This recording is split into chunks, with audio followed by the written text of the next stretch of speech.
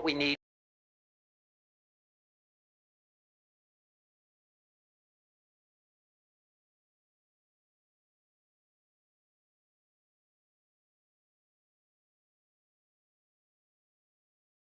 Those who make peaceful revolution impossible will make violent revolution inevitable. Yes, we have to deny so many claims per month to meet our shareholders' expectations.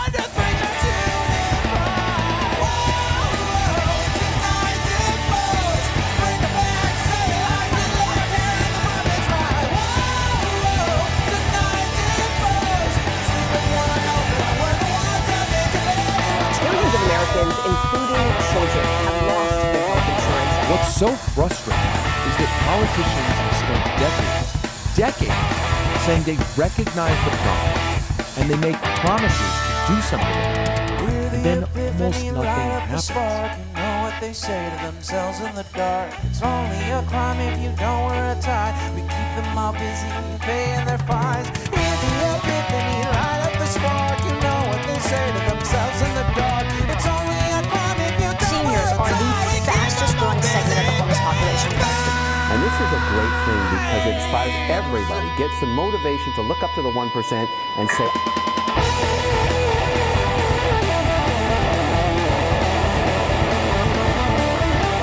now they're looking at your post, they're looking at your anger, and they're moving to apprehend those who say something in anger.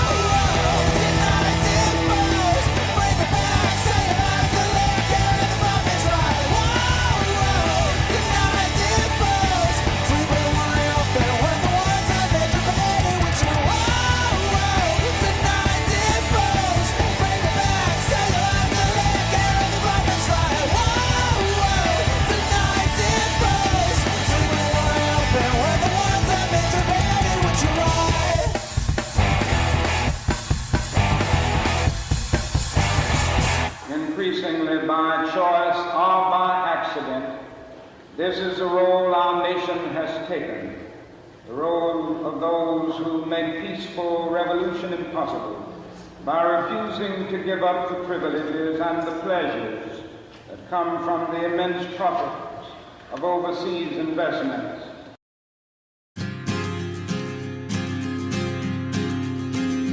In a pleasant wooded valley lived a huntsman tall and able. He relied on skill and cunning for the food upon his table. He would walk the forest shadows with his little son in tow, teaching him the archer's art and all that he should know. Keep your eye clear and keen like a falcon on the wing. Keep your heart strong and steady like your hand upon the string. Never bow to a tyrant while your people are laid low, for the highest head may fall to the man who wields a bow. In the valley there was freedom and a man was left to living, but as year gave way to year the ruling men grew less forgiving. On a day as black as death a governor to rule then came, turning landsmen into slaves, and Gessler was his name. In the center of the village Gessler set a lofty pillar, and he ordered every subject, be he serf or be he miller, to do homage to the hat that Gessler placed atop the pole, or to forfeit to the crown his life if not his soul. But the huntsman William Tell came into town the morning after. William heard of Gessler's order and could only roar with laughter. Honest men should hold a rank above a petty autocrat. I would never bow to him, I'll not bow to his hat.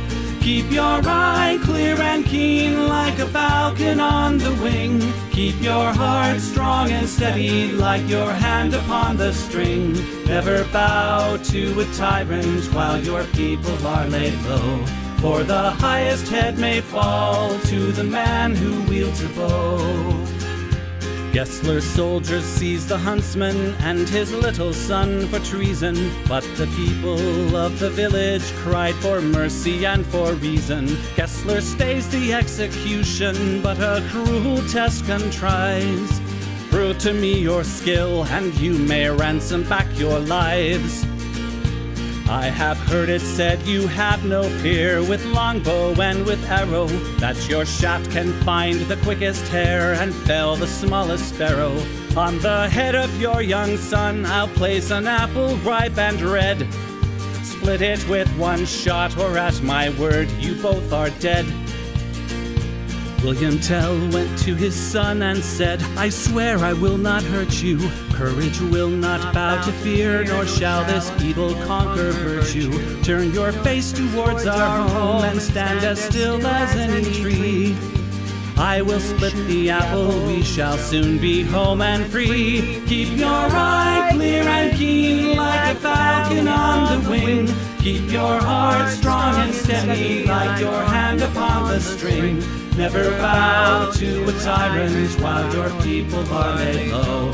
For the highest head may fall to the man who wields a bow. Every tongue was still and silent as the archer paced the distance. Gessler's soldiers lined the square and there was no hope of resistance. William knocked a single arrow, put his shoulders back and drew. Then the arrow sang and split the apple clean in two. All at once the crowd erupted into cheers and into chatter, and a second arrow fell from William's quiver with a clatter. Gessler said, why hold two arrows when I bid you shoot but one? That one would have found your heart if I had shot my son. Take the archer now and hang him. Gessler to his men was crying, but before the soldiers moved, the archer and his son were flying. From the shelter of the wood, the hunter loosed a final dart. Gessler died with William's arrow buried in his heart. Keep your eye clear and keen like a falcon on the wing. Keep your heart strong and steady like your hand upon the string. Never bow to a tyrant while your people are laid low. For the highest head may fall to the man who wields a bow. Keep your eye clear and keen like a falcon on the wing. Keep your heart strong and steady like your hand upon the string. Never bow to a tyrant while your people are laid low. For the highest head may fall to the man who wields a bow.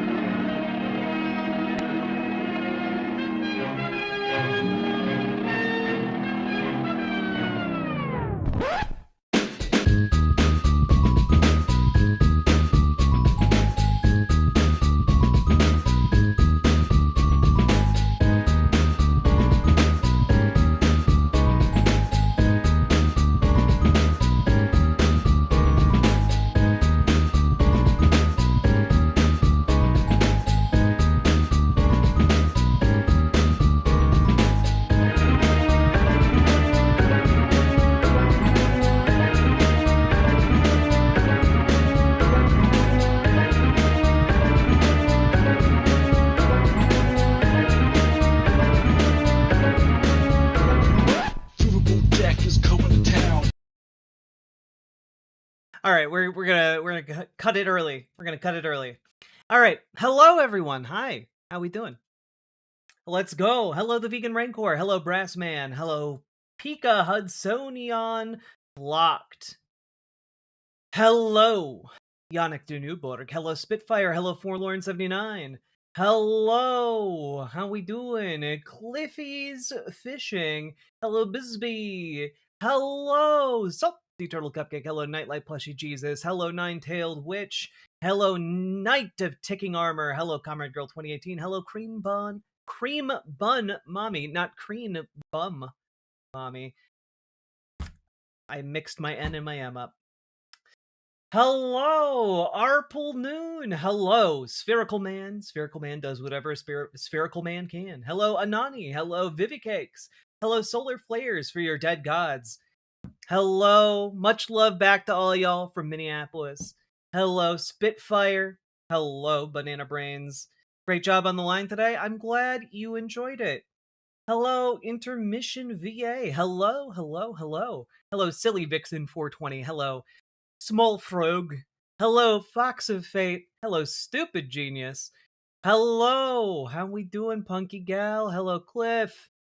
Didn't get to see the Takis live, but did watch it, and the Fiona call where you gave her local resources was so wholesome and was Looky the kind of there. advice. I'm really glad. I'm really glad I was able to be helpful. Slow day at the DNA factory. Hello, your ascended kitten. Hello. Nightlight Plushy Jesus, thank you for kicking off the stream, being the first person to support it financially with a sub over on Twitch. And Pika Hudsonian. Wait, Pika Hudsonia. There we go. Thank you for the $5 Canadian. Jupiter Quake, thank you for the $6.66 A lot of super chat. anti-naked memes have been popping up, and yikes, are they unhinged? Oh god, I only have so much more spot for space for rage within my tiny body. So just as a heads up, folks, I don't have a whole lot of patience for folks tonight. I apologize. Hello, Ken Sister Sue. Hello, Max Danger. Hello, One-Eyed Atheist. You started late. Yeah, it's 3:00 in the morning. I'm aware. What is the title about? Lol. It's about literally every news story today somehow managed to make me more and more angry.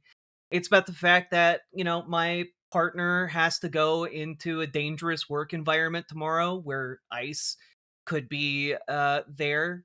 It's due to the fact that my partner is exactly the kind of person that ICE has been disappearing, and I'm really scared and fucking angry, and there's nothing I can really do about it except do this online internet show where I get progressively more and more enraged every day that goes by, and meanwhile I have to deal with dumb fucks in the Democratic Party saying, no, it's not time to talk about how this is awful.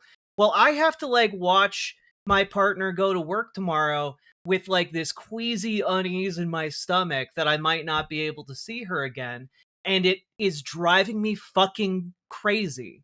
And so I want y'all to know the amount of rage that I'm feeling is not limited to just me. It is everybody here. Everybody in Minnesota right now is fucking pissed off beyond what we've ever been pissed off about.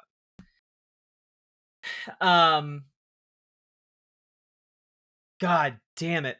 It's fucking anger inducing. And we're going to talk about it, so don't you guys worry. We'll get there. Literally everyone in the Twin Cities is infuriated. Yeah, I mean, there are wholesome stories about, the community coming together, and we'll get to those, and, yeah, they are a source of hope, but, having a source of hope doesn't cancel out a source of being fucking pissed off to a degree that, you're just ready to snap. The hope doesn't cancel out the anger, and I feel like people aren't really getting it. People aren't really getting it.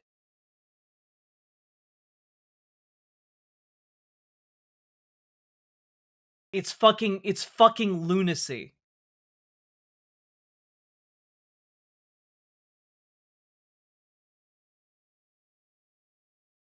And I really don't think that these feds, I don't think that the Trump administration really understands. They picked us because they thought that we were going to be an easy target. They picked us because they thought they could pick on us. I'm so mad. So many people are so cruel. They thought they could get away with it, and they're not going to. Solidarity from Sweden. Stay strong and keep up the good work. Appreciate it, Svego, and I'm so fucking sorry. America right now is a shame to my Swedish ancestors, and I apologize what they're doing to you fine folks over in Europe. Spitfire, thank you for the $10 Australian, and Pika Hudsonia, thank you very much for the 5 gifted memberships over in YouTube. I very much appreciate it. Yeah. So we're going to do our best today to talk about what is happening. I saw someone post online how they're overhearing normie libs say to their neighbors in Minneapolis they want Fed Post to happen. That's where normie libs are right now. Yeah, like, the thing is, for folks on the left who, like, we've been used to and telling each other for years now, don't Fed Post. Don't Fed Post. Don't Fed Post. It makes you untrustworthy in an online space. The libs have no such training, right? They are not used to the idea that federal agents could walk among them and, like, take notes about what they're saying and then use that against them.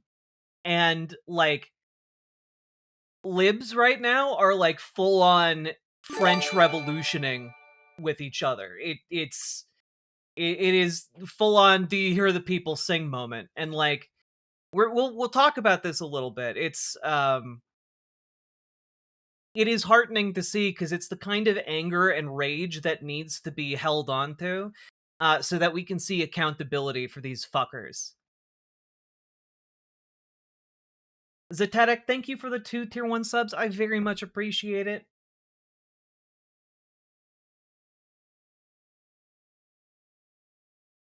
Socialism is civilization, and civilization is socialism. True. Everything that has ever made humanity great has been a product of us working in collaboration with one another. All right.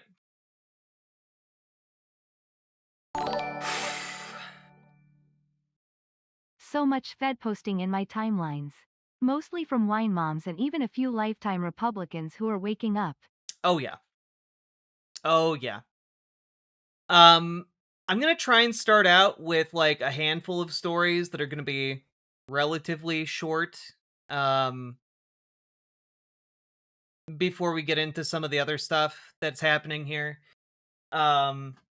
But holy fuck. At the top of the show, I cannot reiterate enough how close I am to losing it and how fucking angry I am. Okay?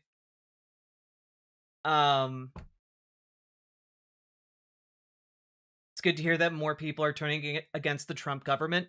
Yeah, I mean, like, if ever there was an argument that should kill forever the Democrat consulting class line that, like, oh, you can only do what is currently popular. No. Politicians can't make an issue popular. No. They can't do that. Abolish ICE is, like, destroys all of their arguments. Like, I'm sorry. In the span of, like, 4 months, abolish ICE went from being a minority position to the majority position. And, like, through very little act of any politician in power, and almost entirely through the brutality of ICE itself, but it demonstrates the point.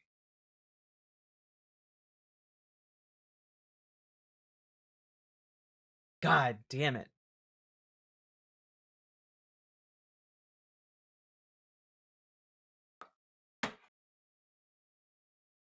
All right, folks.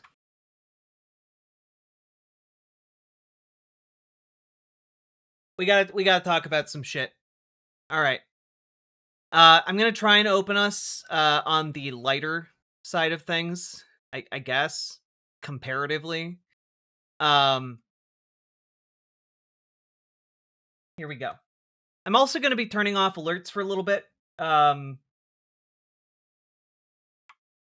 I'll leave alerts on. If they get too interruptive, I'll turn them off. All right, here we go. So, folks, real quick, we have another entry in the whole milk saga. For those of you who are unaware, yesterday Donald Trump put out a statement about how he was bringing whole milk back, and then he paused and had to reiterate that when he said whole milk, he was talking about the kind of whole milk with the W at the beginning of it, as opposed to any other kind of whole milk, which begs so many different questions that are inappropriate to ask here.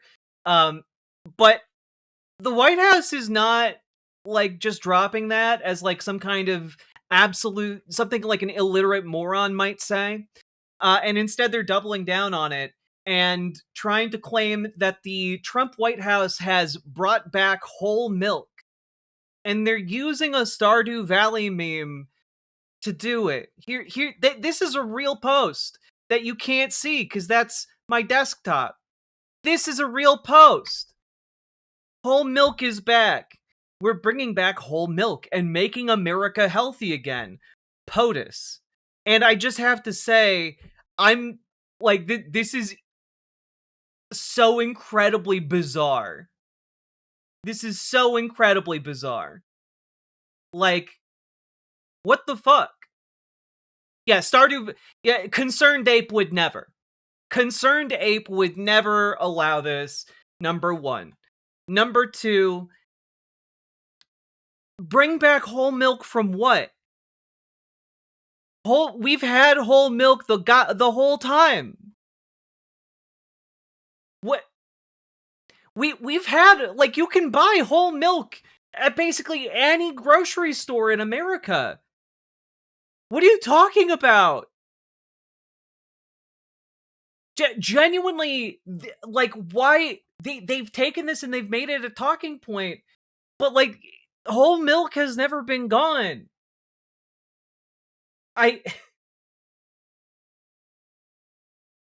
Bring back America's milkmen. Where are America's milking men? The milking men of America. I cannot. With everything that's going on, this is also a part of just like what is happening here in this country. And I wish I could say that this is the craziest thing that I saw today and have seen today, but it's not even remotely close. This was just something that I thought was bizarre. And I let me know what you think about this. Have you been having trouble getting whole milk in your area? Let us know down in the comments. And like and, subscribe. Do the things that help the channel. And, check out ImogeneOlivia.com. Gender euphoric lingerie designed from the ground up for trans femmes. Tested on cis men, cis women, non-binary folk. Check it out. Link down in the description. Let's keep on going, folks. I cannot. Holy shit. I don't even drink milk. It's fucking crazy, dog. I literally have whole milk in my refrigerator right now. I am the milkman. My milk is delicious. Yeah. I am the milkman. My milk is delicious. This is what Trump is bringing back. Oh god. Sake Tanuki, thank you for the 5 tier 1 subs. Very much appreciated.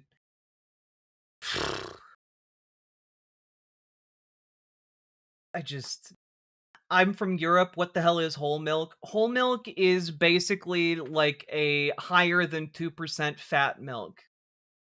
I forget what the exact percentage is. To be called whole milk, it has to have a minimum of 3.25% fat. So it's slightly higher fat content milk. There you go. Yeah, 4% is more of the norm. It's a thing. I've been struggling to find whole milk with no W. Oh no.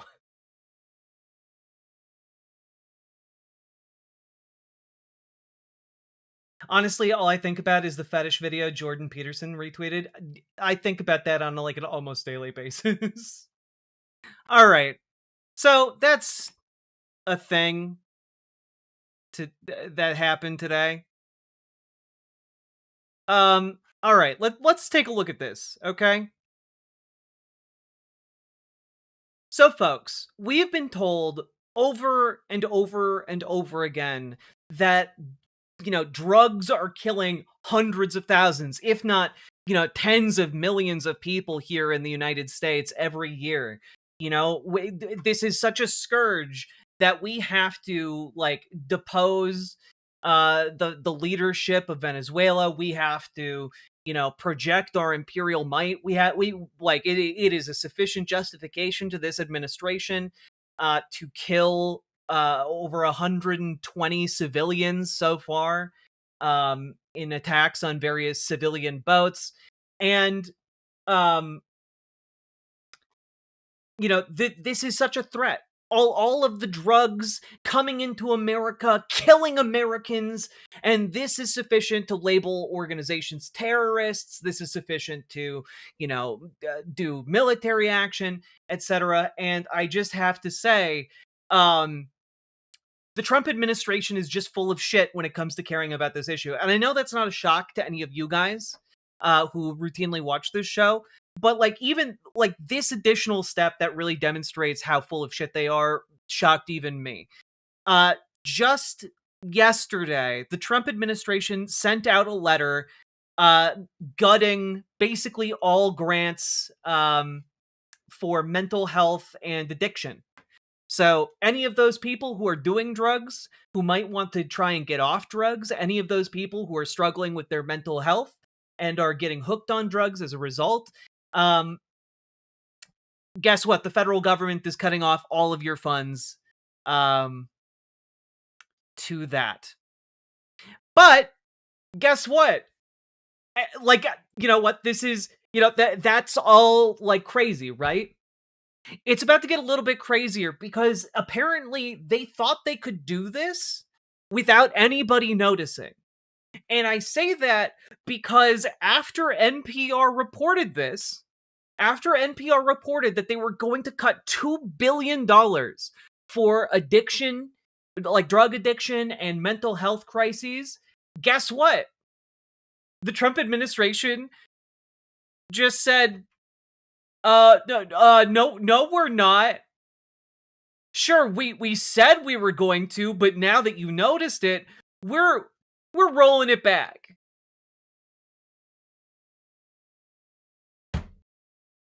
It's guys, every day in this country under this administration is fucking nuts. This alone would have brought down almost any other previous presidency.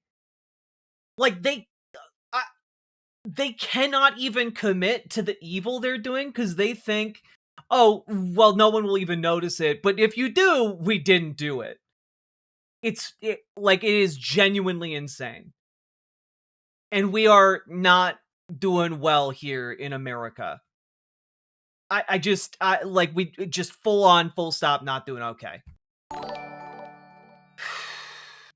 The FitnessGram Pacer test is a multi-stage aerobic capacity test that progressively gets more difficult as it continues. The 20-meter pacer test will begin in 30 seconds. Line up at the start. Thank you for the $10 super chat. Our country's not doing okay, man. On top of just everything else, I don't know what to do with this. Let me know what you think down in the comments, but guys, this should be disqualifying for not just, the Trump administration, but genuinely every single conservative that is letting this back and forth, will they, won't they, around billions of dollars in funding happen on a daily basis. This isn't just at the feet of Donald Trump, this is at the feet of every single Republican. From the top to the bottom. And we got to organize to do something about it. So, folks, let me know what you think in the comments. Like, subscribe, and consider getting organized. We need to get organized. We need to do... It's not enough just to know the horrors of the world. We have to organize to do something about them. So, organize with your local Dems. Organize with your local DSA. If you need help, join our Discord. And reach out to GamerG for help with your DSA. Reach out to Dragonfly for help with your local Dems. and we're gonna get through this by getting organized. Let's keep on going.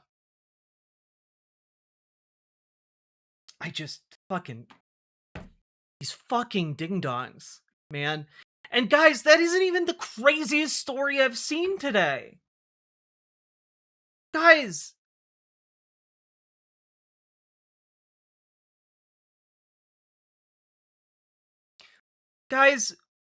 folks, one of the wildest stories that I have seen today.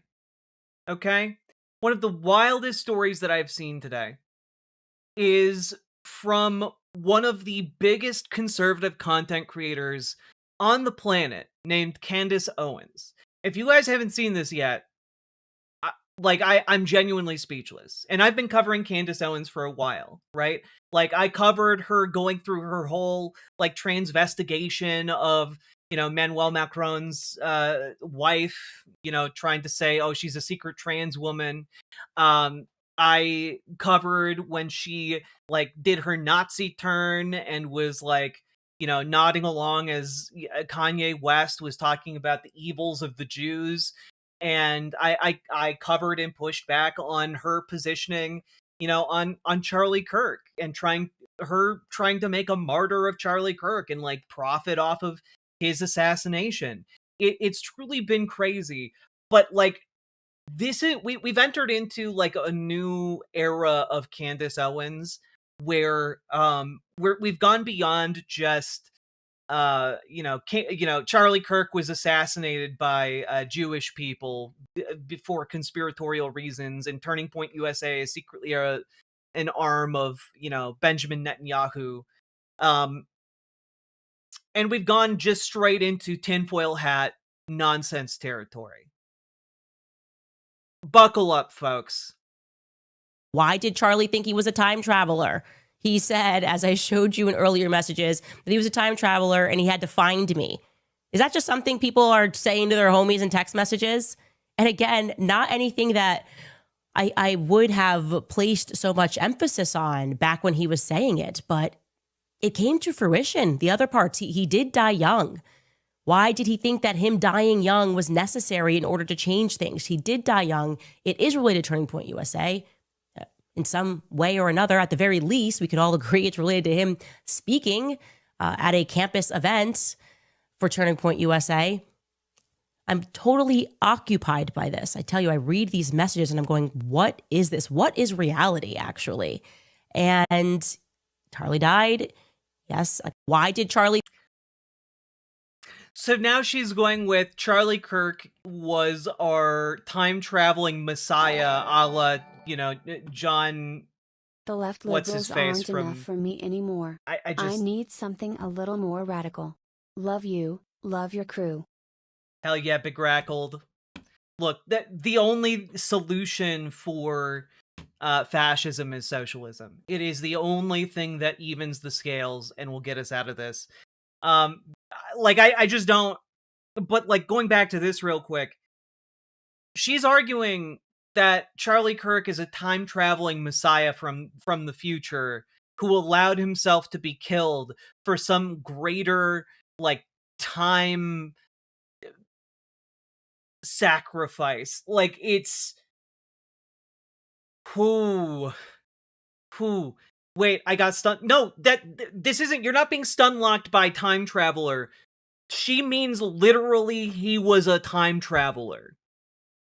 Like, he was a time traveler from the future who knew something and knew more than any of us know about where things are gonna go. And he came back and allowed himself to be assassinated. That is her assertion. Well, that's nakedly insane. And yes, it's absolutely nakedly insane. But that's where conservatives are right now. They have been led step by step so far out of reality that they are now just, like, nodding along and saying, yeah, no, that makes sense. He's a time traveler. You showed us text messages and we're convinced. Like, I shit you not. Every single one of her broadcasts gets over 1 million views at this point. And she's telling these people millions of people that Charlie Kirk was a messianic time traveler. And they're eating it up.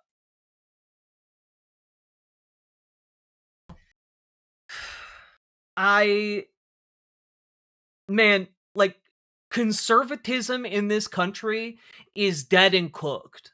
Okay? It is done. Like, whatever it used to be, it is now just like full on conspiracy theory fascism. Like, when I talked like a year plus 2 years ago about the conspiracy singularity and how it all starts circling around the drain, and that's how these people work. They capture an audience with one conspiracy theory, and then they start bringing other theories in, and you just start circling around, turning all the different conspiracy communities into one homogenous slop. And it is then all used to fuel fascism. Because once you have unhinged people from reality to this extent, you can get them to believe anything. You've disconnected them from empirical ways of understanding and demonstrating truth in the world, and they are just primed to dive right into a death cult, which is what we're seeing with fascism. And I just, this is absurdly dangerous. Like, it is both absurd, but it's also dangerous.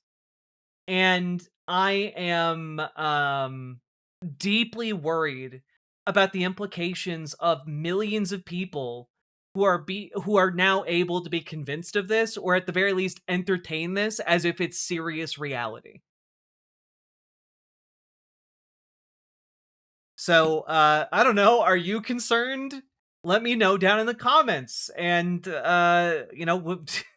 we have to get organized, folks, because one of the unfortunate parts about this is that these people do get organized. These conspiracy theorists do get organized. And when we aren't getting organized to stand up for, and like, reality, to stand up for empiricism, to stand up for science, these people can amass more power and more influence. So we have to do more shit than they do. So get organized, folks. Join your local Dems, join your local DSA, radicalize your Dems. You know, we liken it to a hostile boarding party. We need to purge the Democratic Party of these centrist morons who are capitulating to Donald Trump at every turn. And we need to get organized in our local DSAs, if at all possible. So, folks, if you need help, join our Discord. Reach out to GamerG for help organizing your DSA. Reach out to Dragonfly for help organizing your local Dems. And we need to start showing up. It's not enough to know that these people are insane. We have to actually start doing the things to oppose them. So, click the buttons that help the channel grow. Get organized, and last but not least, check out ImogeneOlivia.com, gender euphoric lingerie designed for trans femmes. Tested with cis men, cis women, non-binary folks. People love it. It fits really well, and it's super comfortable, and looks great. And new styles and colors are coming soon. So check it out. Link down in the doobly-doo, and let's keep on going. Whew.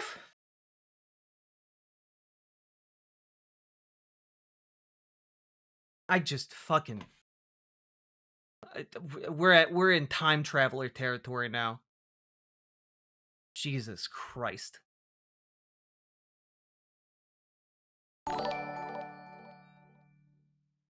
If he was a time traveler, how would he have known that he would have been killed? How could he know how the timeline he interacted with changed? Well, because you're forgetting the other part of it. He's a time traveling messiah, so he knew all of it. Maybe Charlie Kirk was the second coming of Christ. Ever think of that? Ugh, fuck. It's all so dumb. The crab sub has risen. Crab emoji, crab emoji, crab emoji. Hell yeah. AC Gons, thank you for the $5 super chat. Mikola Brigida, thank you for the €5. Very much appreciated. The Tale of the Time Traveler's Work Wife. God.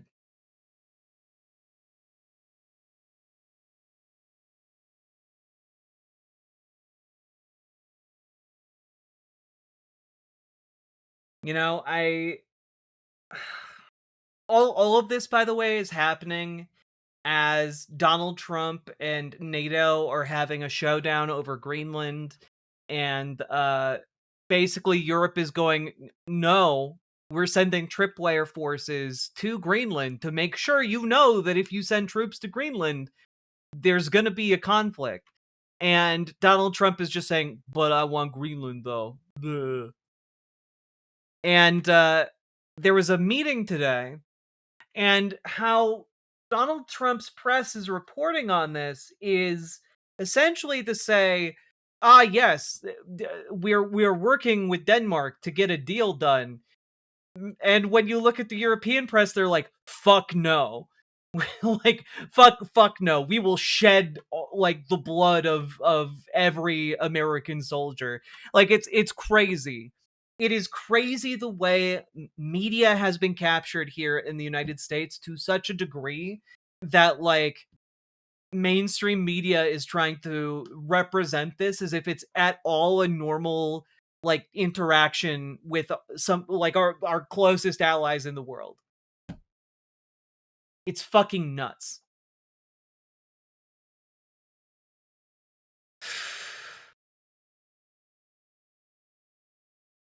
God damn it. Like I all of this stupid shit is happening as, again, the world's dumbest soup-brained man is trying to, like, force an acquisition of a people and an area that does not want to be acquired, and risking World War III in the process. It is fucking nuts. And, like, that alone would be enough to be fucking nuts, but there's so much more going on here, and I'm so fucking angry. Ugh. Patrick Lucas, thank you for the membership. I appreciate you. Thank you for your support. That's not to mention, I've been going back and forth on whether to talk about this on stream. There's a new set of Jeffrey Epstein allegations that are unverified at this time.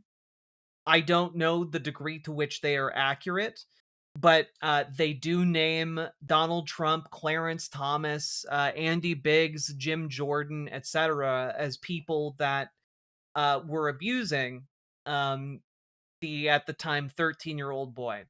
And I don't recommend that you listen to those tapes. They are extremely disturbing and graphic.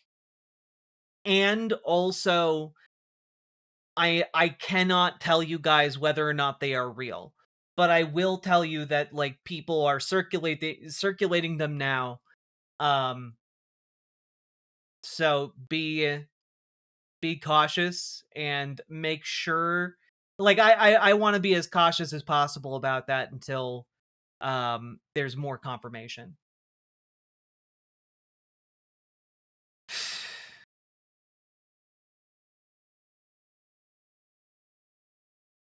God.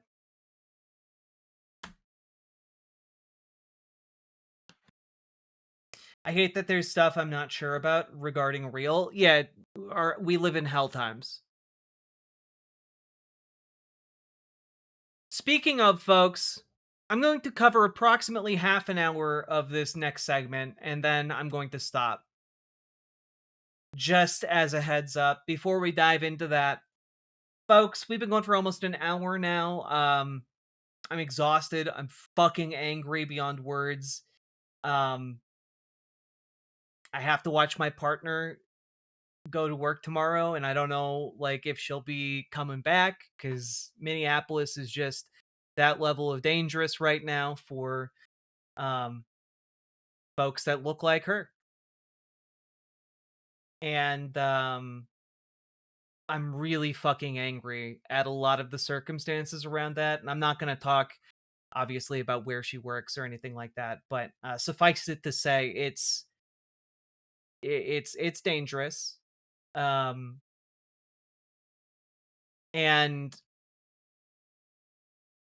I don't know, just support the stream, guys.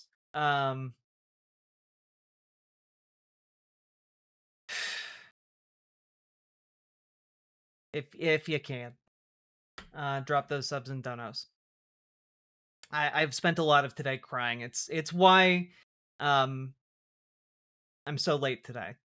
So I do apologize. Fuck.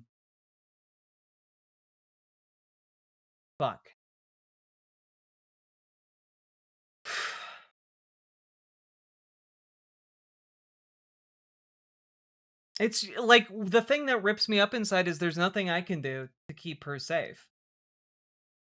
You know?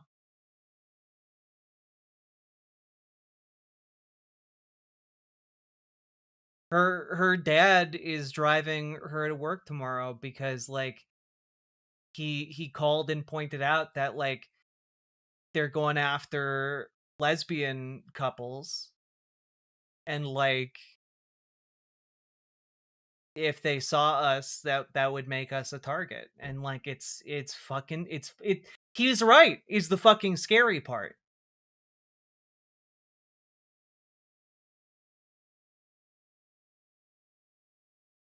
So anyway, support the stream, and let's jump into this, shall we? So folks, we gotta talk about Gavin Newsom. Remember how Gavin Newsom came out in that Politico piece we covered not that long ago, talking about how, well, you can't just tax the rich, they'll all leave, despite copious evidence to the contrary, and the fact that people who are rich can afford to pay more in taxes than people who are poor. But he's done another just excellent PR move for someone who wants to run for president of the United States, in the next couple years here. And that's, he invited Ben Shapiro onto his podcast. We're going to watch about 30 minutes of this, because it's about almost 2 hours long.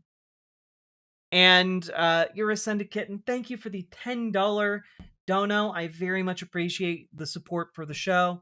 Thank you so goddamn much. We're going to watch 30 minutes of it. And get ready to just be incandescently angry. Either you uphold the principle or you don't uphold the principle. If you don't uphold the principle, I'm going to call you out for not upholding the principle. On his epitaph, it will read 45th and 47th presidents of the United States.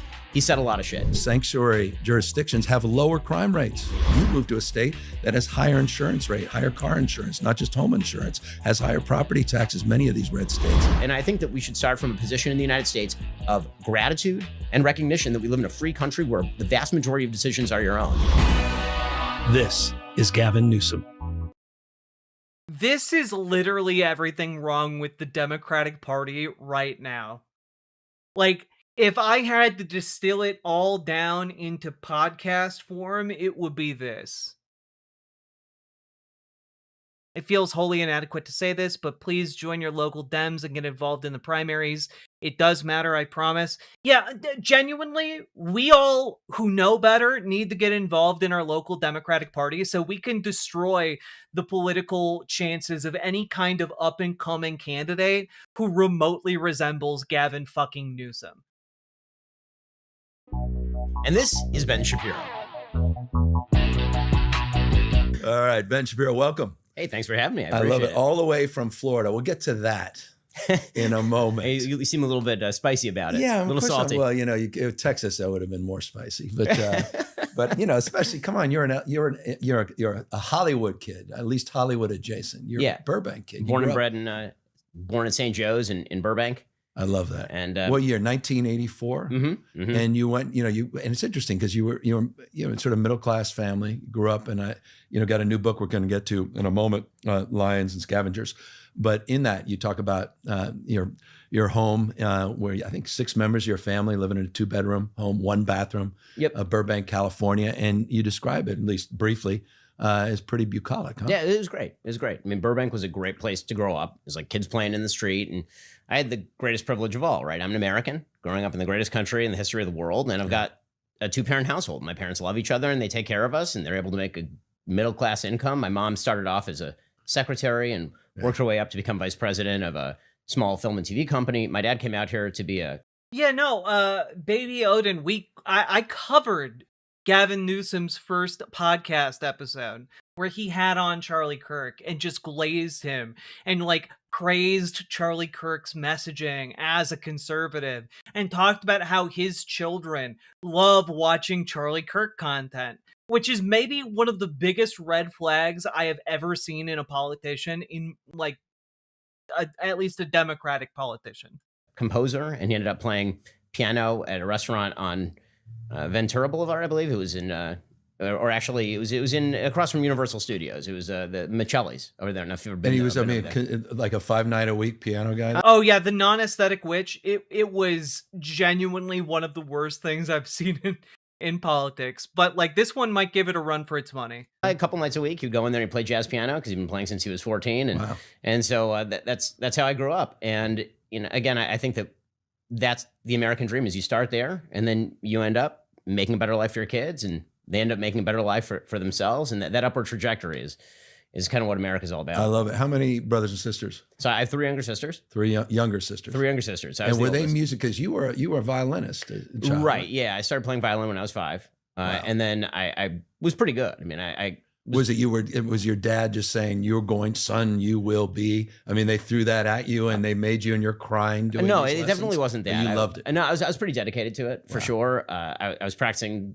by the time I was 16, maybe. Like,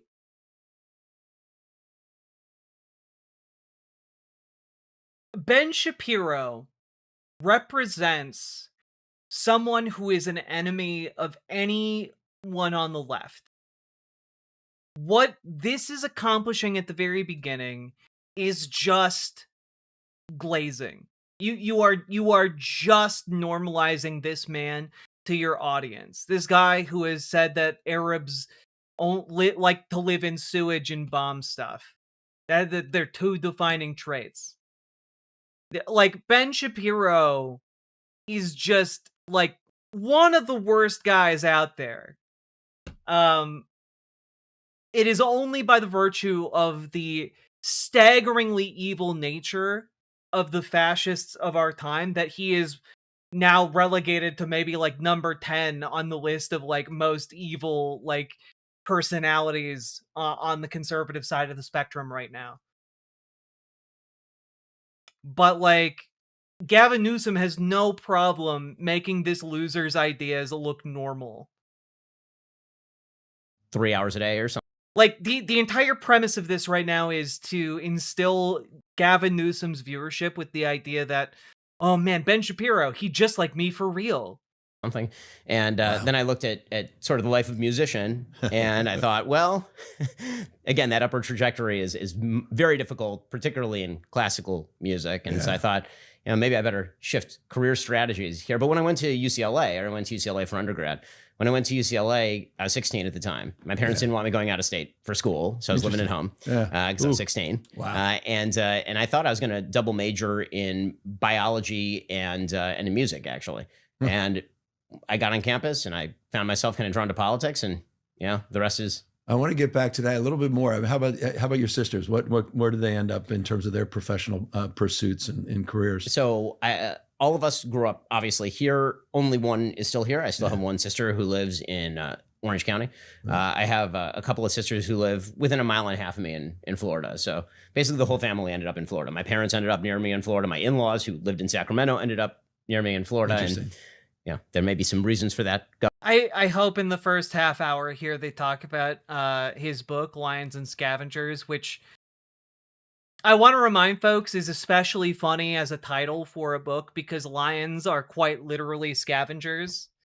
Like, if you give a lion a choice between scaring off a bunch of smaller animals that are congregating around an already dead animal, lions will absolutely pick that over live prey any day of the week because it's less work.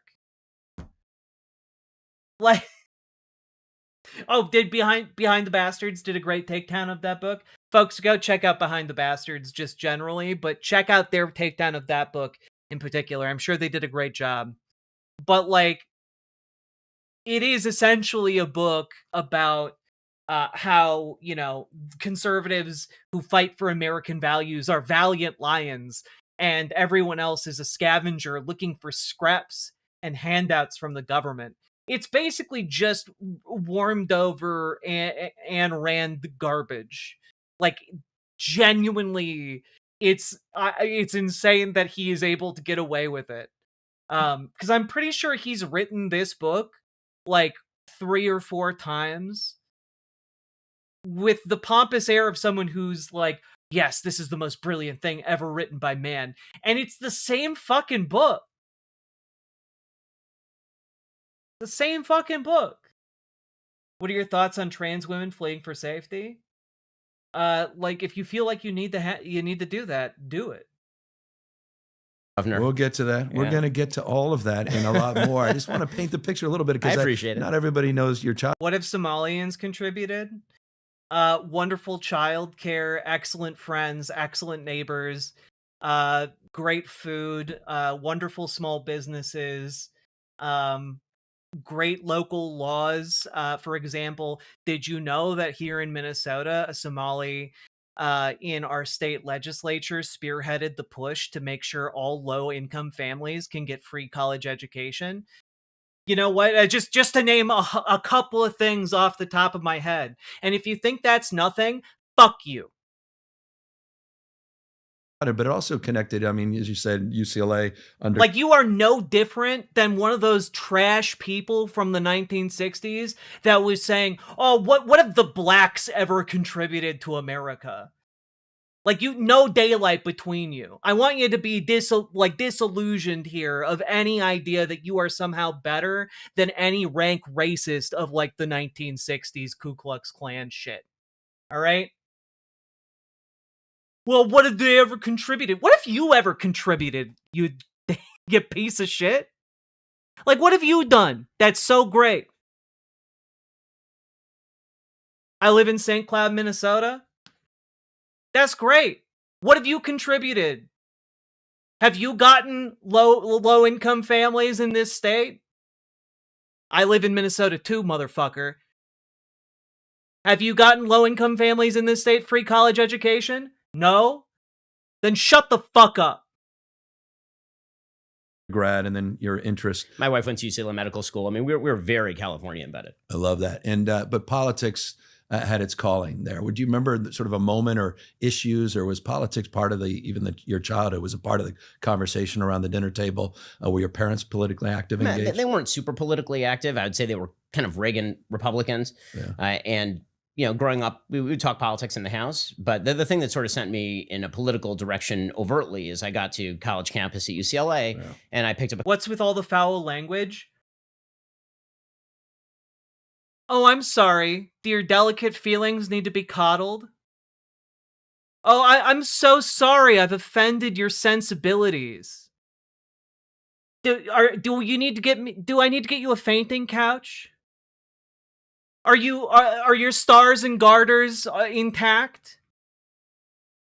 Are you so offended by my language, and yet you are not offended by the racist treatment of your neighbors? If you're more offended by the language I am employing than by the treatment of your neighbors here in this country, like, I got nothing to say to you. Get the fuck out of here.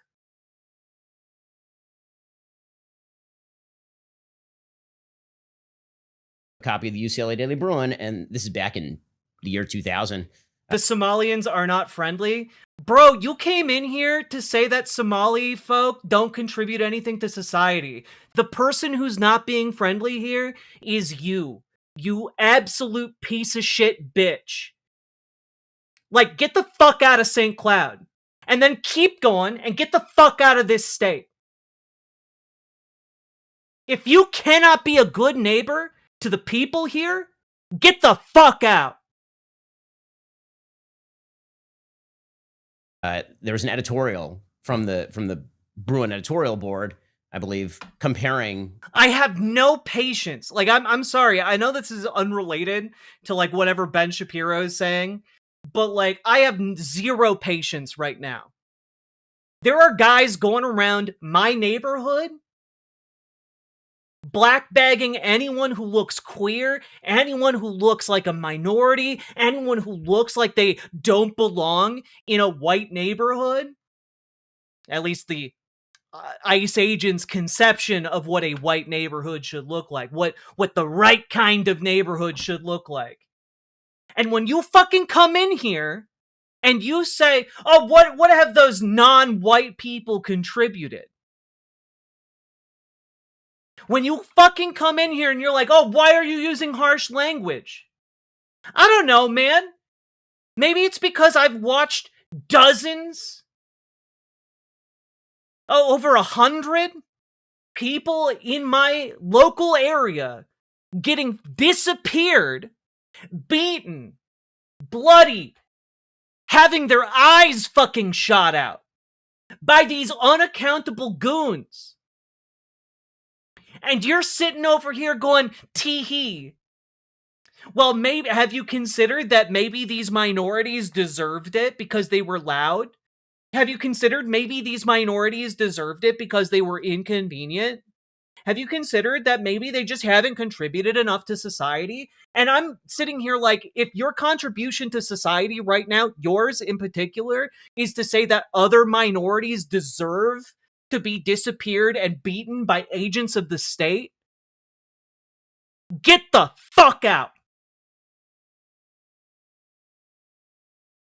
I have no patience for this shit. Zero.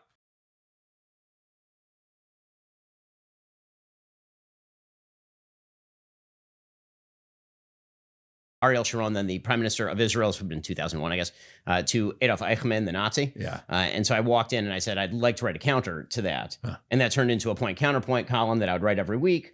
That became pretty popular. It turned into kind of a normal column. And then I went to my father one day and I said, do you think that my stuff is good enough to be published in like a normal paper? And he said, might be. Let me do some research. So he found this place called Creator Syndicate, again, out of California. And they syndicate a bunch of columns to different newspapers around the country. At the time, it was everybody. Oh man, I can't figure out why these minorities that I hate and think don't contribute to anything to society, I can't figure out why they might not like me very much. I don't know, bro. Homie, like, look in the fucking mirror. Jesus. From Molly Ivins on the left to David Limbaugh on the right. And so I applied cold, and they called me 3 weeks later. I was 17, and they said, we'd love you to write a syndicated. More concerned with policing my language than policing goddamn federal agents. Jesus Christ. Column. So pretty much all of my bad ideas since I was 17 have been public, which is, an interesting way to live for sure. So 17, I mean, that's pretty remarkable, that young age. You have a syndicated national column, and a few years later, 20, you have published, what, 2 books? Probably saying your username wrong, but hey, welcome. So you're right. My first book came out when I was 20 from, it was sort of an expose of leftism on college campuses. I think some might say it was a little ahead of its time. Oh my goodness. What a groundbreaking work. Leftism on college campuses. Wow. No one had ever thought about leftists on college campuses before. Don't look up the history of college level activism on the left. Like, the fact that he talks about this as if it's like a groundbreaking work that he like pioneered, and it's just like, no, bro, no. Other people wrote about it before you, and they wrote about it better before you. And your main point was just, we need to destroy the left on college campuses. And thus was born the effort to debate college kids. God damn it. And then I went to Harvard Law School at 20, and I wrote a couple of more books while I was at Harvard Law.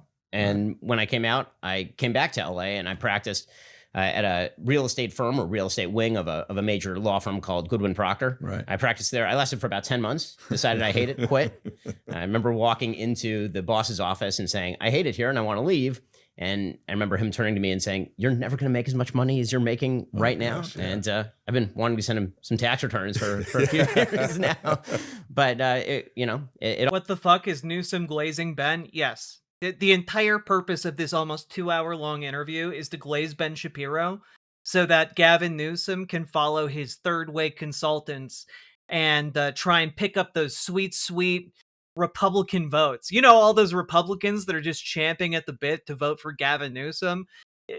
That's what he's trying to do right now. And it's stupid, and it's not going to work, but that's what he's trying to do. It is truly disgusting. All worked out. Politics was something that I was always very invested in. And so my sort of political approach generally is that I'm much more invested in principles than personalities. I care much more about the ideas than I do about sort of the gossip aspect of politics. Right. I think that that's unfortunately becoming less common. Right. I think that, it's great that you're having me on. I really appreciate that. I like the exchange of ideas. I've always liked the exchange of ideas. Yeah. And so that's still, I hope, what animates me, what animates the show. Love that. You're obviously known as, people have described you in so many different ways, but debate bro. This sort of quick wits. Obviously next level intellect, ability to. Like, my entire purpose in covering this is to really convince you guys that Gavin Newsom has nothing to offer. Like, a lot of libs get really excited when he's mean to Donald Trump online. And I think that there's maybe a lesson for progressives in that, where, like, get meaner. Get meaner at these sacks of shit that are trying to disappear your neighbors, They deserve meanness. Like, and meanness communicates strength, all right? Get a little mean, all right? But that's the only lesson to take from Gavin Newsom, because his positioning here is dog shit.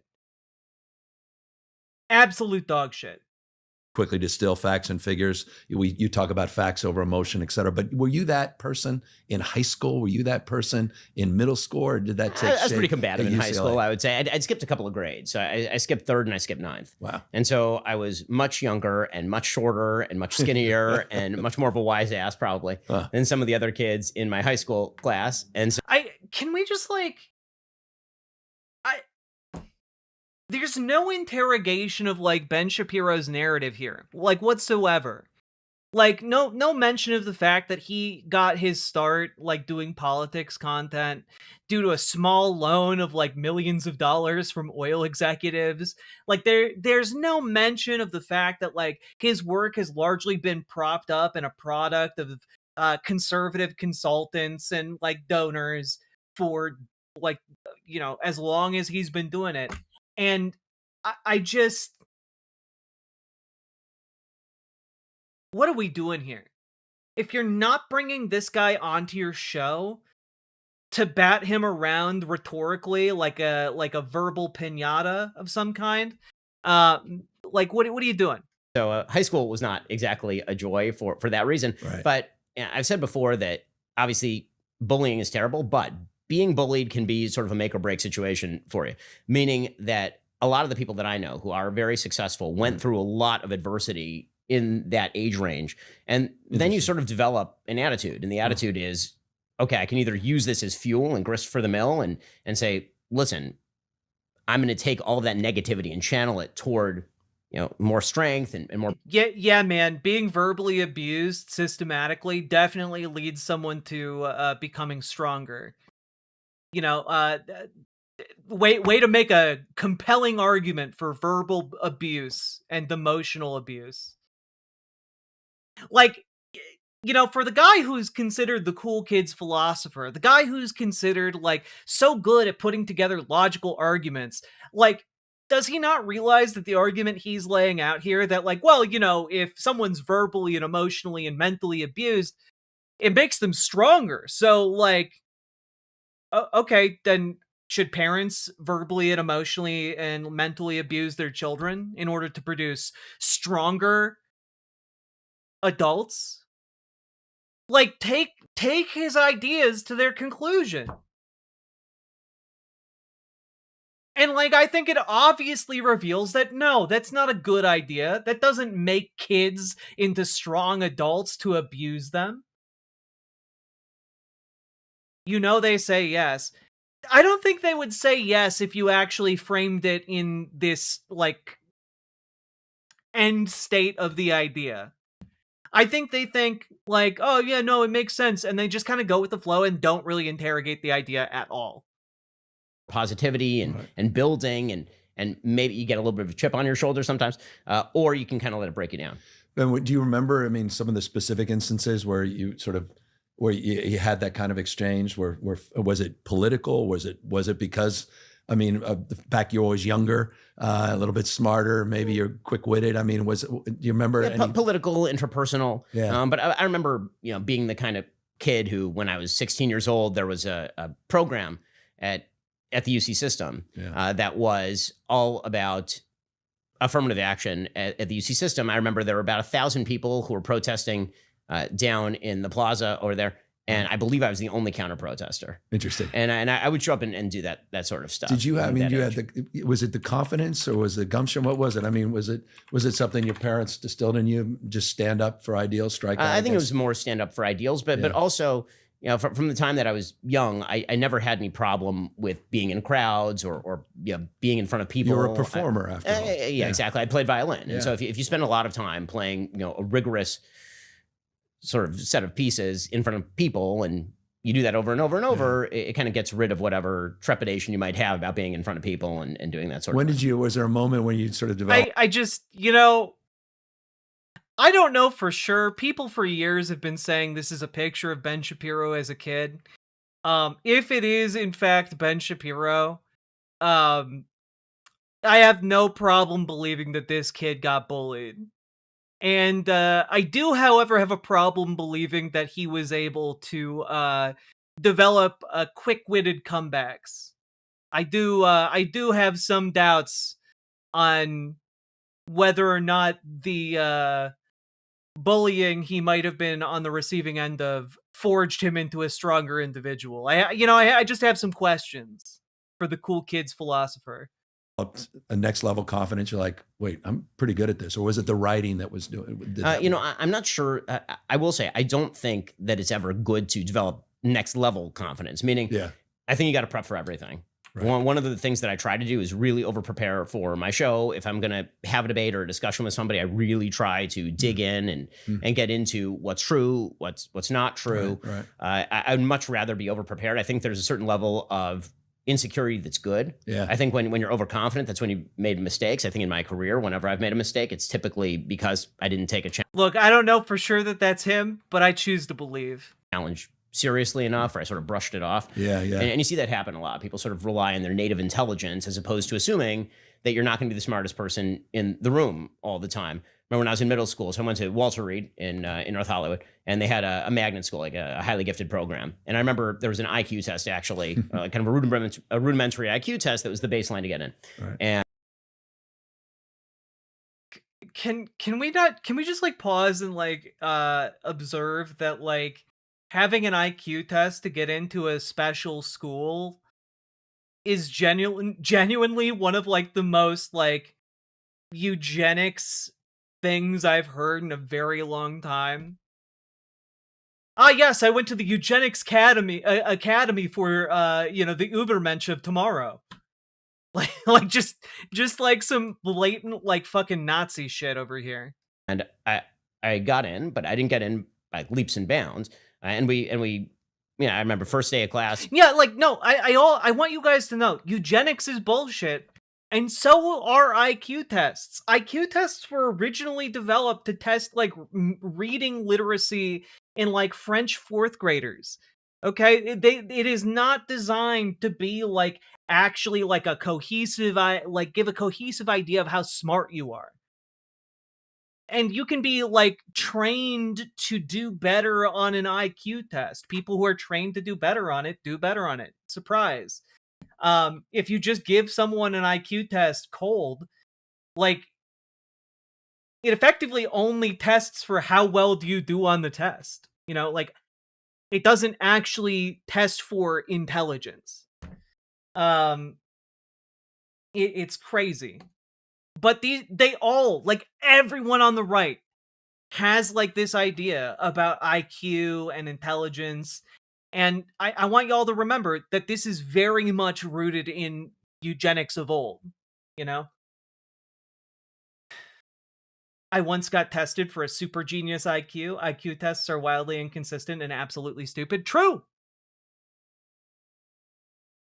Everybody was kind of passing around their IQ scores and all this kind of stuff. And one girl had above 180, really, really, really high IQ. And I remember going back home and talking to my father about it. Yeah. He said, listen, you should assume that you're never the smartest person in the room, but you can always be the hardest working person in the room. Love that. And that I think has been sort of the motto. I love it. So you went, UCLA undergrad. Here you are, 17, national syndicated columnist. A few years later, you got 2 published books about Eric Carlson. I'm still on Blue Sky. Issues around the universe. As you say, you may have been a step or two ahead of most in that respect. And then issues around, I mean, it was interesting, the porn industry broadly defined. Yeah, I was writing books about how the pornography industry was going to really carve out particularly young men's souls in about 2005. And at the time, people were saying, oh, this is crazy. What is he talking about? Now, of course, I think that there are a lot of young men who have fallen prey to that industry who it's less. Okay, just real quick. I want to be very clear about this. What he's talking about is not a thing. A lot of young men, in particular, have been convinced that, like, essentially masturbating is evil. And, like, that if they do it too much, they have become addicted to porn. They're porn-brained. And this has really no basis at all in reality. You know, there might be some people who suffer from, like, some form of sex addiction related to porn, but it has been overblown to be like millions of young men are suffering from porn addiction, and it's like that's just not true.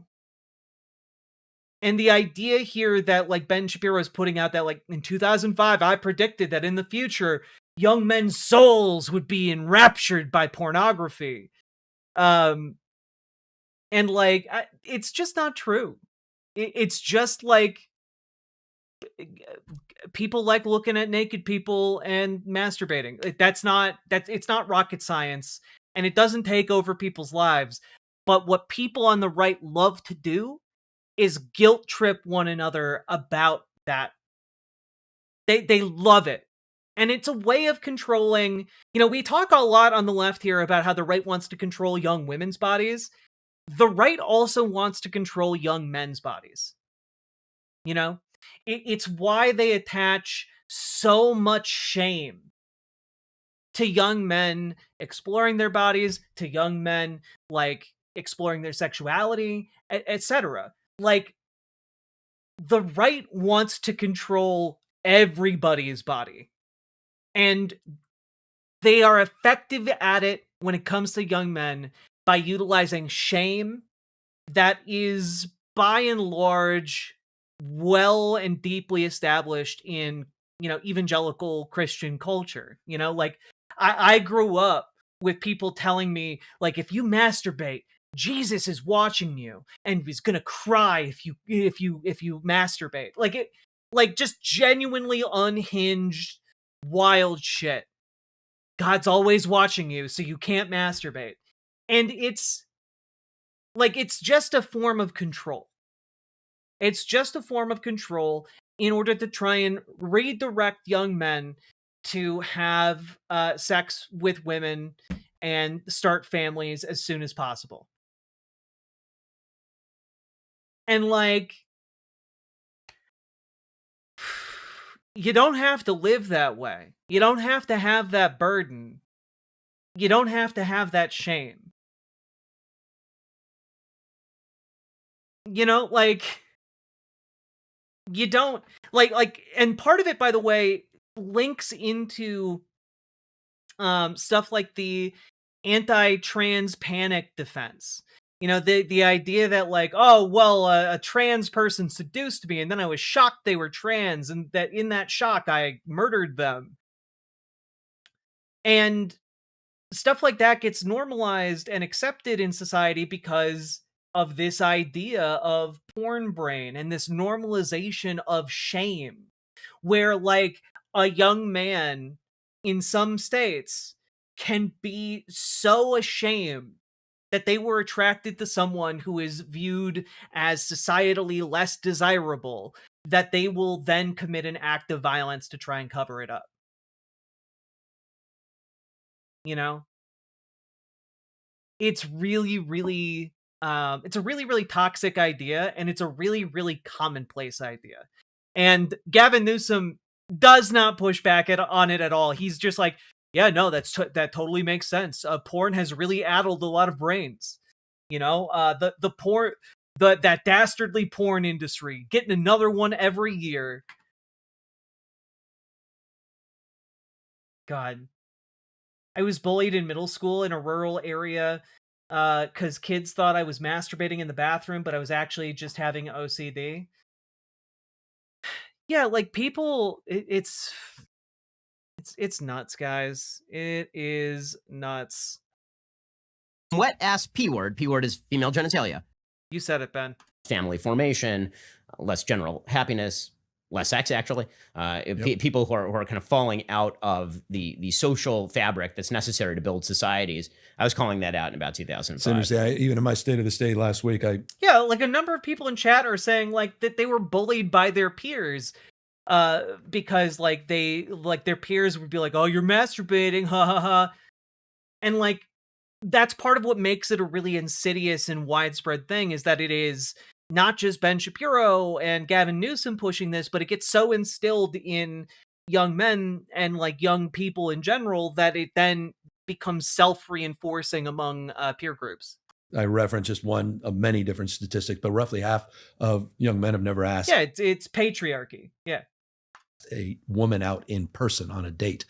So your point and emphasis in that, and I want to unpack that a little bit later as well in the conversation. But you started then to not only identify yourself in the context of your intellectual pursuits and expressing your point of view through writing, also sort of gifted capacity to engage in debate and speech. But then you found Andrew Breitbart, who was out and about in Southern California, and you took a job there. Working at Breitbart. That had been in 2012 during the 2012 election.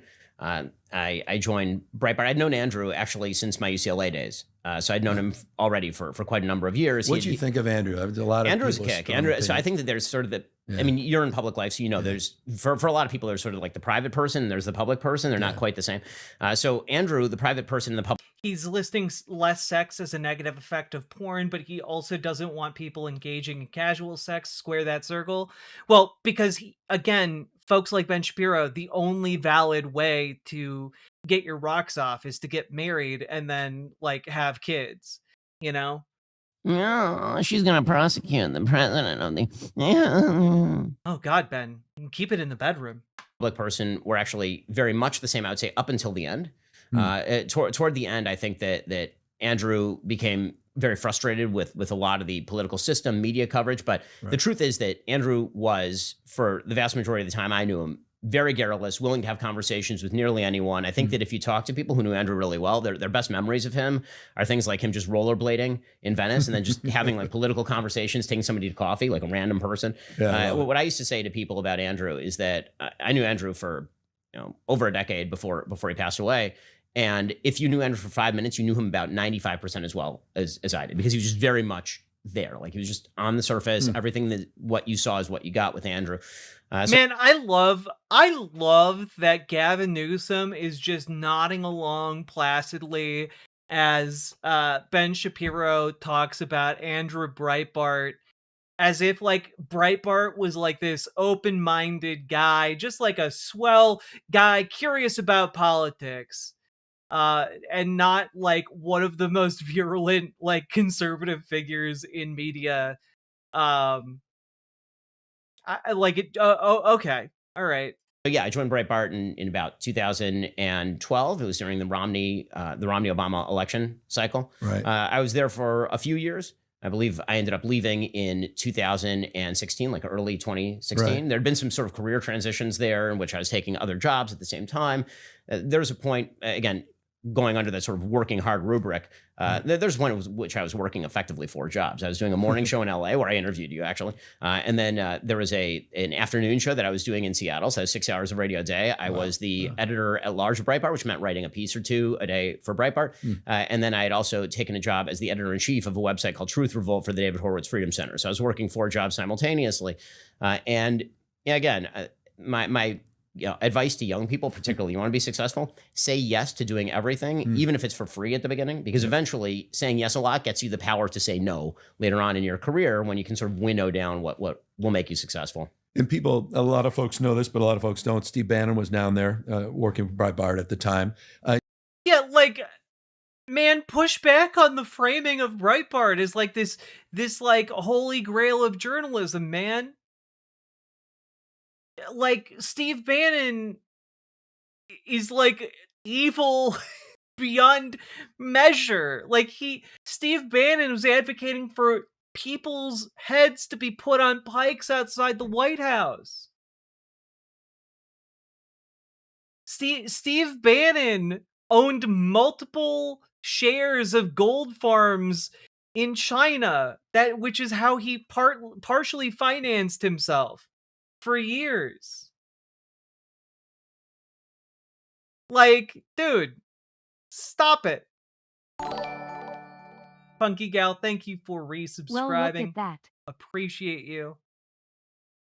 Like, Steve Bannon is the guy who, like, manufactured Gamergate and, like, put Milo Yiannopoulos on the beat, man. Like, Steve Bannon has been actively creating horrible situations in America for a long time, and he takes great pride in it. You guys got along initially? I know. Even in the beginning. Steve is not the easiest person to get along with. I will say that. We'll talk a little bit more just briefly. I don't want to over-index with Steve, but so you left in 2016, but in 2015 you more formally established what more commonly is identified with the Daily Caller, right? I mean, it was Daily Wire. Right. So Daily Wire we established formally in 2015, right? So it would have been in the middle of the primary. So it would have been 2016. Yeah. That's when we formally launched, was a few months before the election of 2016. I'd been working at the David Horowitz Freedom Center. There's kind of a funny story there where we had Jeremy Boring and I, who were business partners. He had been working there, and he basically hit upon what was a social media arbitrage plan. He basically saw that you could market on social media in new ways, and that would bring you traffic. And we proposed this to the board.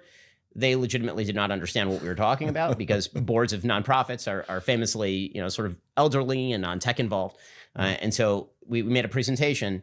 Jeremy was kind of fondly known as the stupid whisperer because we'd met with many Congress people, and I speak quickly, and Jeremy spoke slowly with a Southern accent, and so he would very often, get across better to those Congress people who shall remain unnamed. Anyway, we met with the board. Jeremy sort of explained the marketing plan. They had no idea what he was talking about. They turned to me and they said, "Ben, can you explain the marketing plan?" I said, "Sure." Very easy. I was frustrated by this point, so I took out a napkin and I wrote on it $, arrow, Facebook, arrow, website, arrow back to $. It's in your book. Yeah, exactly. Okay, can we just real quick here. Ben Shapiro and Jeremy Boring were able to get millions of dollars for the Daily Wire from independent investors. But on top of that, they also secured more millions of dollars courtesy of a guy named Ferris Wilks. And if you guys aren't familiar with Ferris Wilks, he's a billionaire. He's a billionaire Texas oil tycoon. Which may explain why Ben Shapiro just loves oil. Anyway, just thought you might want to know that. Seems kind of like something that a prospective Democratic candidate for President of the United States in 2028 might want to bring up. Yeah. And that was the marketing plan, right? It was that you were going to spend money on social media in order to gain eyeballs. Those eyeballs would then provide advertising on your website, and then you would just direct that money back into Facebook. And so it was kind of a flywheel. And they fired Jeremy the next day. I quit a couple of days later, and then we basically took that plan out to market. We found a little bit of seed funding. It was about $5 million in seed funding originally. And we launched Daily Wire, which last year did $200 million plus in revenue. How many employees now? Daily Wire? We have about 220 employees at Daily Wire. And you guys are doing I mean, well, we can talk more specifically, but I mean, it's documentaries, it's movies, it's all this show. I mean, it's a whole suite of. Just just here you go. Here's an article from 2023. In 2015, Ferris Wilks gave $4.7 million to help launch the Daily Wire and remains an owner of the media company. Anyway. Yeah, we've tried to turn it into a semi-major media company, right? Yeah. I would say it's probably the second biggest conservative media company in the country after Fox. So at the time, who were your mentors? Who were you looking up to at the time? Who did you want to become? Andrew obviously had a big impact, I assume, in terms of your trajectory. Who else was out there you were watching? Was it the Limbaughs of the world? Was it the Savages of the world? On radio? Yeah. Who so, was, I think it was sort of... just as a fun little side note here in that article, the Wilkes brothers have given at least $8 million to PragerU unaccredited, which is unaccredited. There you go. Fun fact for you about where these right-wing media outlets are getting their funding from. A different thing in every industry. Yeah. So from a sort of ideological point of view, just being a great writer, be people like Charles Krauthammer. Yeah, which of course I love the writing. That's actually my favorite thing that I do, because I can sit there, organize my thoughts, and I happen to write incredibly quickly. So that's very nice. And then from a radio or podcast point of view, obviously Rush is sort of the granddaddy of us all in this industry. And so Rush was the guy who I grew up listening to on talk radio. Yeah. Him, Larry Elder, like everybody who's sort of in the LA radio sphere when I was growing up. Yeah. And then in sort of social media land, obviously Andrew was a major force in sort of showing what you could do in the. Okay, I'm bored of like all of this preamble. We're gonna jump ahead to an hour in. Hopefully they're talking about something more substantive, and we'll spend like another 10 minutes trying to figure out what the hell is Gavin Newsom doing other than trying to be the Chud whisperer. One of the things I said in the speech is I think that it's pretty rare actually in politics for people who say that they're friends in politics. These are usually not people you're going and hanging out with on the weekends. It's not real. Okay. Like whenever you hear politicians, oh, we're best friends. It's such bullshit. I'm sorry. It's just bullshit. There are a few exceptions. Okay. They're talking about like his speech at CPAC. We're going to back up. And out now, and I try to provide evidence to back up my point as it relates to the Department of Justice and how it gets weaponized, and I've seen it from my party as well. Sure as hell seen it from Trump's perspective. Man, I love that in like the 5 seconds we've seen him talking, he's already been like, yeah, Donald Trump has weaponized the DOJ, and so have the Democrats. These are two extraordinarily comparable things. The way that the DOJ is compromised in fighting people right now, very similar to how it did under Joe Biden. And that's just not fucking true. The both sides rhetoric is insane, dog. All right. Prime ministers. If anyone outside of the state of Israel believes that Naftali Bennett or Yair Lapid, who's on the left, would not have been as forceful in their response, that is nuts. Yeah. That's nuts. It's not true. No, fair point. And look, hey. And the IDF, by the way, operates largely independently in some ways of the prime minister's office. It's kind of a strange dual system that they have over there.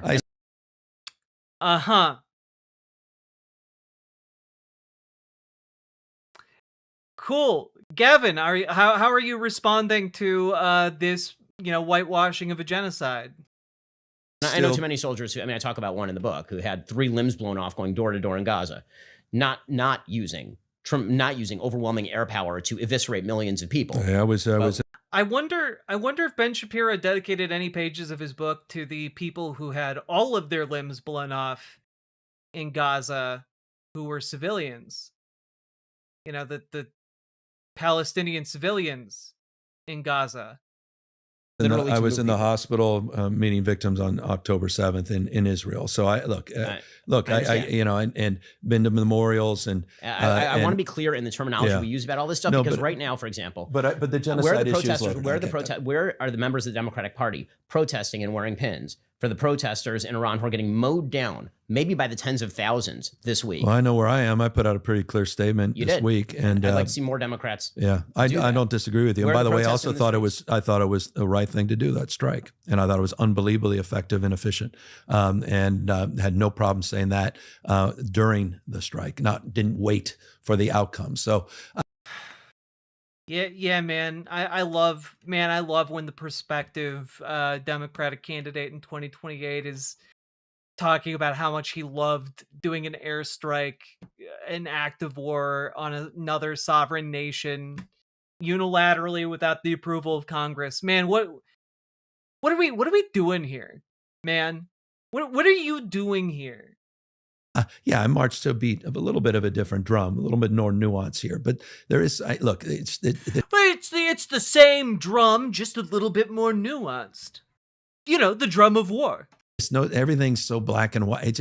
There's nuance here. I mean, for sure. But I think that the point that I'm making, to get back to sort of where we originally departed here, was that, I'm trying to call out what I see as bad behavior, untrue, immoral behavior on my own side. I'd like to see that more from a Democratic Party that seemed to be perfectly willing to wrap an arm around Zohran Mamdani the minute he got a little bit of momentum. Yeah. The same man who had said that whenever the NYPD boot is on the throat of Americans, the IDF is lacing the boot. That sort of nonsense is terrible. No, I don't associate. Wait a minute. He's saying that specifically because the NYPD has gotten training from the IDF. Wait, part of the reason he's saying that is because there are coherent programs in place to train American police forces using the IDF. That's why he made that comparison, Ben. That's not nonsense. Those programs are real. Jesus, man. We need to demand better from our Democrats than Gavin Newsom. With those comments at all. I mean, and look, he doesn't speak for me in that Should Mamdani be the mayor of New York? That's up for people in New York to make that decision. That's not for me to out here in California, thousands of miles away. You don't believe President Trump should be president? The American people decided he should. Well, that directly impacts me. I mean, New York may indirectly, but I mean, it's a little bit of a different question. We'll see how he ultimately does. Thought he ran an incredibly effective campaign. I think there's a lot of interesting attributes that he has. Incredibly. Again, the only thing that Gavin Newsom finds interesting about Zohran Mamdani's campaign is the camera angles and lighting and presentation of the political advertising. It's not the fact that this man was speaking to the needs of working people. It's not that this man is actually now fulfilling his campaign promises to the working people of New York. It's all just, what kind of firework can we light to get people's attention? Clearly, the fireworks that Zohran Mamdani used were superior. That's the only lesson people like Gavin take from him. Bright, incredibly capable. He's delivered some early. There are a lot of terrible people who say bright and capable things. No, I get it, but and I absolutely disagree with him on a lot of those comments. And I also maintained that posture pretty consistently over a long period of time. And no, I was not a Cuomo fan. So just for the record, and sorry, as it turns out, there weren't a lot of Cuomo fans. And I say this with respect. I mean, the Cuomo family is a good Democrat. You don't have to respect Andrew Cuomo. Fuck, man. This is like watching Sideshow Bob step into every single fucking rake imaginable. It's crazy. His father, and there's some members of the family I like a lot. But look, these are tougher issues, and they are tough issues. And I appreciate your willingness to call balls and strikes, and a lot of folks, frankly, a lot of folks in your world, as we sort of castigate the right-wing media ecosystem, your willingness to call this stuff out. And I think that in general, this is the way, if we want to have a way forward in American politics, just to get a little general here, it has to be predicated on certain basic premises about truth. And that's why I keep saying, forget about, categorization. Is it true or is it not true? I think one of the major failings of the Democratic Party in the last election cycle is the unwillingness to say whether it was true or untrue that a boy could become a girl. for example. Yeah. I think a lot of people looked at that and they said, excuse me? How's this? Forget about the political ramifications or the policy ramifications for just a second. Can you say a boy is not a girl? And boys cannot just become girls. And I don't. We can go down. I mean, I feel like a year ago I was with Charlie having this conversation. Yeah, how'd you do in that one? Which is remarkable. I'm curious. Did you? And I'm. This is not. I'm just honestly curious when I'm asking this. I'm not even. It's not. There's not a loaded question. Did you or others in the right condemn the Trump policies as it relates to gender affirming care for including reassignment surgeries in the federal prison system under the Trump administration's first term? I mean, if I'd been aware of them, I would have condemned them. My company was the only company in America, I believe, that on a media level refused to use preferred pronouns for anyone. We use only biological pronouns since 2015. Fucking pronouns! Oh, man. We only use your biologically mandated pronouns. As we all know, if you take a very powerful microscope and look down at the DNA, right after your XX or XY chromosomes, you will have a he, him, or a she, her attached to the deoxyribone nucleic acids. And if you use anything other than those, you spit in the face of God. Fucking pronouns! Like, my God. Like, how are these people taken seriously, man?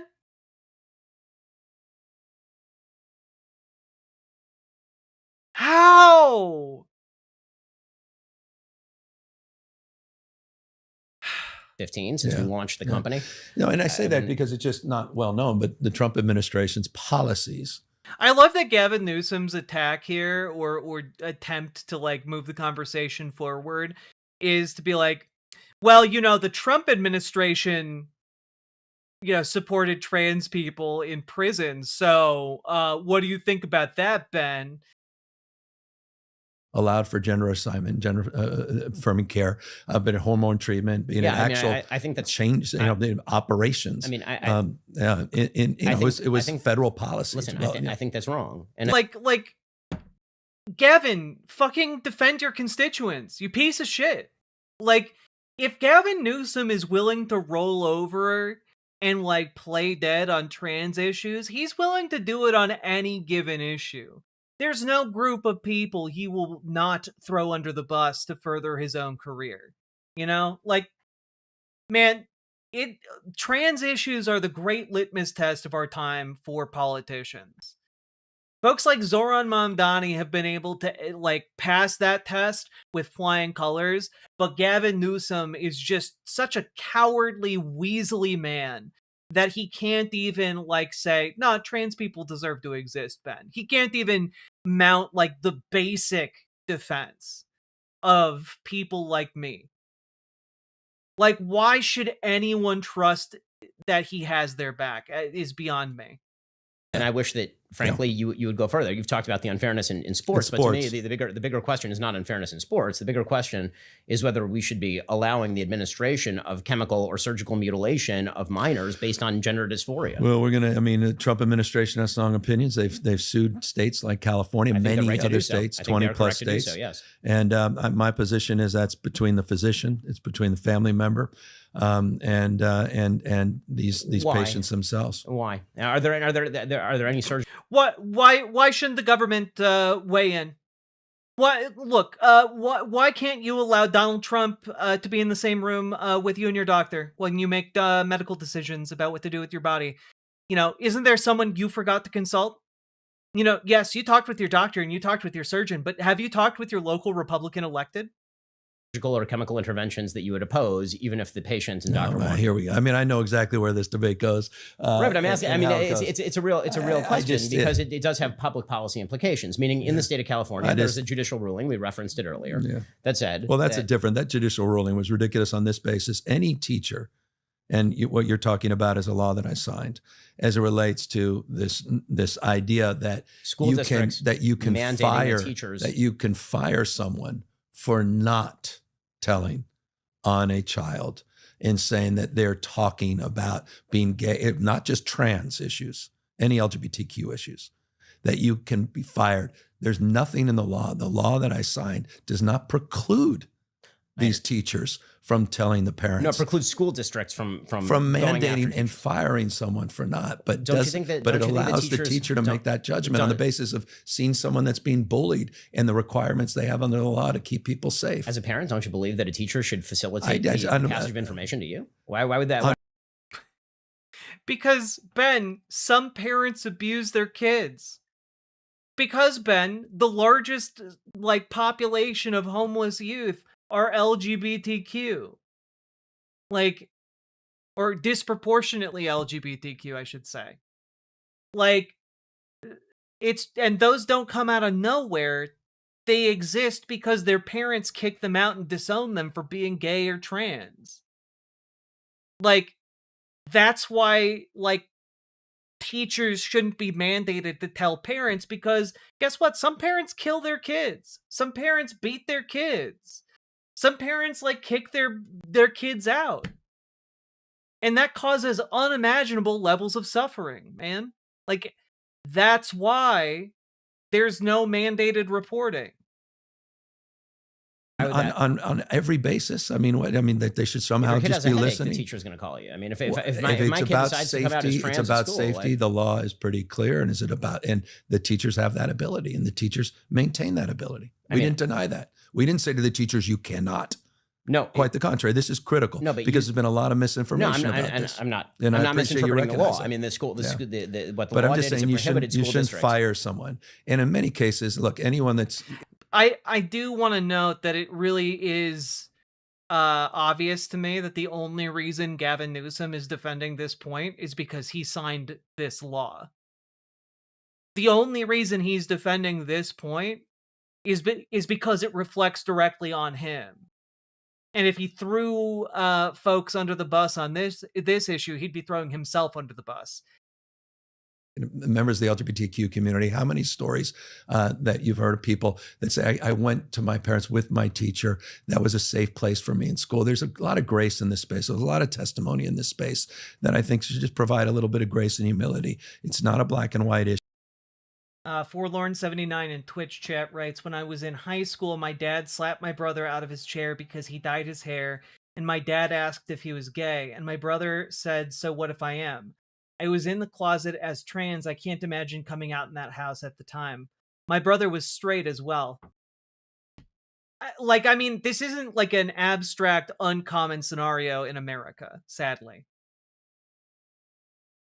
Like, the pushback against mandating that like teachers tattle on their students of whether or not they're like using different pronouns or a different name, like it is to protect children from physical and mental abuse. Teachers can still, quote unquote, and Forlorn79, I'm really, really sorry that happened to you and your brother. Turn in a child. They just can't be fired. I mean, but my question on that, and again, this is a subset of a broader issue, is why does the parent not have an absolute moral ability? Jesus, some of you, I'm sorry to so many of you in the chat who are sharing stories right now. My stepmom used to verbally abuse me for being butch. It's an awful situation to be in. Coming out nearly got me killed. I joke it's easier to find queer friends with no family than it is with a good family, and that's so tragic. Yeah. To receive that information, and why is there not a requirement? There should be a requirement for teachers to turn over that information. Health and safety is a requirement. If a teacher truly believes that a parent is a threat to a child, they can report it to child services. Yeah, so health and safety is still the standard. So you maintain that standard. That standard is. Yeah, but look. You can call like child services on a parent. But part of the issue is child services has to be able to prove that some kind of abuse is taking place. And if there's no physical signs of that abuse, or if a child hasn't yet come out to their parents, but fears that their parent might become abusive, calling child protective services doesn't protect them against a parent maybe becoming abusive. Child services doesn't act on maybes. My name is Mud in Riverboat Chat. Man, I came out as bi when I was 15 and my dad threatened to kick me out if I didn't renounce my sexuality. Jesus. I'm really, really sorry, folks. The law. That's a lot of wiggle room for a teacher to apply. Well, over it's parents. but it's a lot of law in terms of the weight of that law and that responsibility to take care of it, make sure your kids are safe. But this idea that Trump says people are going to public schools and coming back, having surgeries and coming back the next day is absurd. No, but there are certainly cases in which kids are being quote unquote socially transitioned at school without parents knowing about it. I know some. Yeah, there are also cases where sometimes a kid might start going by Big Dog at school. You know, like sometimes a kid might get a neat nickname like Tall Ross. Big Dog, Tall Ross. Oh my God, are they being trans? Is Big Dog trans? Is Tall Ross trans now? Do we need to mandate every time a kid gets a nickname in school? Like, absolute ridiculousness. Ben, your name that you go by on a colloquial basis, Ben, is short for Benjamin. Do you think your teachers needed to report to your parents that you started going by Ben in school instead of Benjamin? God, this is so stupid. It's so stupid. Are they biologically a big dog? Ben, take issues if they're not a biological dog. Oh God. Okay, I think I've seen about enough of this. This is just utterly disqualifying of Gavin Newsom. If you know somebody who's pushing for Gavin Newsom to be the next big thing, you got to pour some cold water on that idea. This guy is not going to fight for us. He's going to go fight for whoever donates money to his presidential campaign. And then he's going to throw all of you under the bus in order to serve those companies. It is so bloody apparent. And we all know that he is in the pocket of third way Democratic consultants, which only exist to convince, politicians to effectively throw their constituents under the bus in the name of big money donors. That's it. That's it. He is genuinely far more conservative than Kamala Harris or Joe Biden. Gavin Newsom might even be more conservative than Barack Obama. Gavin Newsom might be just a recast of Bill Clinton. And I mean that as a devastating insult. Ugh. Anyway, folks, what did you think of that? Let me know down in the comments. Hit that follow button, hit that subscribe button, do the things. And folks, and I really do mean this, we got to get organized. We got to start showing up on the local level, on the state level, etc., to make sure candidates like Gavin Newsom don't start popping up in our states. Don't start popping up in our neighborhoods. Because these guys don't come out of nowhere. They start on the local level and they work their way up. They build up that power and then they get endorsements from local parties. And guess what? If you're involved in your local party, you can say, no, get the fuck out of here. And you can go find yourself a Zoran Mamdani or a Bernie Sanders type to run instead. Okay? And folks, you can also join your local DSA. And there are a lot of other groups you can join as well. Working Families Party is also just pretty wonderful. But I advocate for your Dems and your local DSA because both of those are available to basically anyone in the United States. So if you need help getting started, join our Discord, reach out to Gamergy for help joining your local DSA and making it more effective.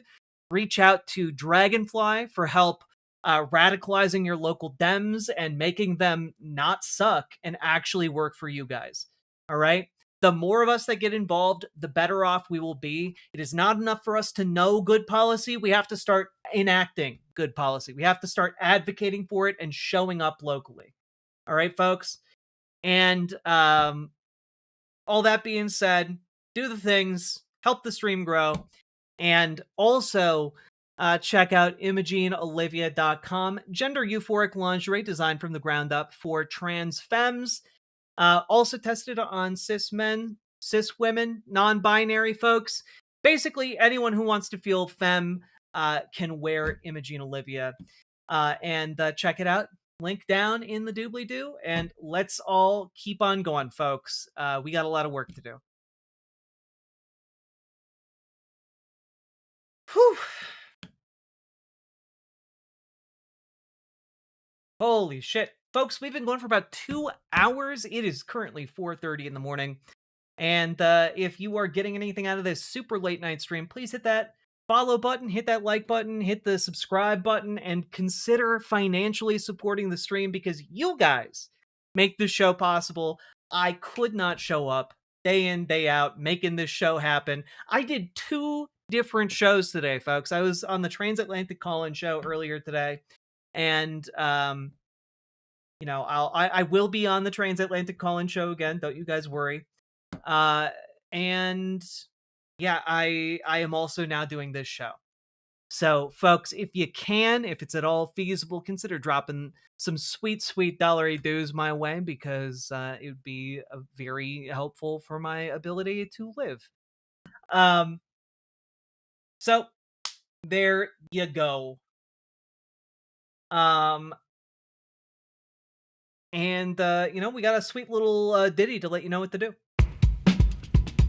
Where can we find the Transatlantic Call-In show? It is over on The Line. Go, go, go. Click the button. Click the button. Click the button. Click the goddamn button. Click the button. Click the button. Click the button. Click the goddamn button. Click the button. Click the button. Click the button. Click the goddamn button. Click the button. Click the button. Click the button. Click the goddamn button. Click the button. Click the button. Click the button. Click the goddamn button. Pika Hudsonia! Thank you very much for the membership. Click the button. Click the button. Click the button. Click the goddamn button. Click the button. Click the button. Click the button. Click the goddamn button. Click the button. Click the button. Click the button. Click the button. Click the button. Click the button. Whew, we did it. We did it, folks. Was there a notification for the call-in show on Discord, or am I just oblivious? It's on a different channel than what I'm usually on, so I did not put a notification up on the Discord. My apologies. But I just linked it in chat, so all of you can go check out the VOD. It was very chill. I was expecting more transphobes to call in. And instead, it was very chill, positive vibes. It was nice. See ya, lovely pariah. Best of luck organizing. Ooh, folks. Thank y'all for being here. We got more to talk about. God. You know what? I'm going to push this to maybe tomorrow. Boo. And I guess we'll get into this. Transphobes call the other shows. They dodge Transatlantic Call-In show. Cowards. I think it's because they don't want to acknowledge that we're people. You know? Yeah, guys, stream is not ending. Stream is not ending. We ended a segment. We're not ending stream.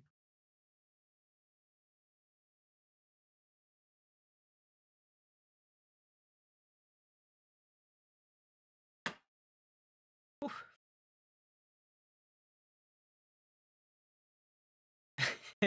Been months since I heard the words click, butt, or goddamn IRL without spontaneously jamming out. Hell yeah. Jazz Dog makes wonderful music. Oof. No, we have a lot more to talk about, Ollie. This has all been the warm-up. All been the warm-up, baby. Now, we're going to talk about Minneapolis. Going to be talking about Minneapolis.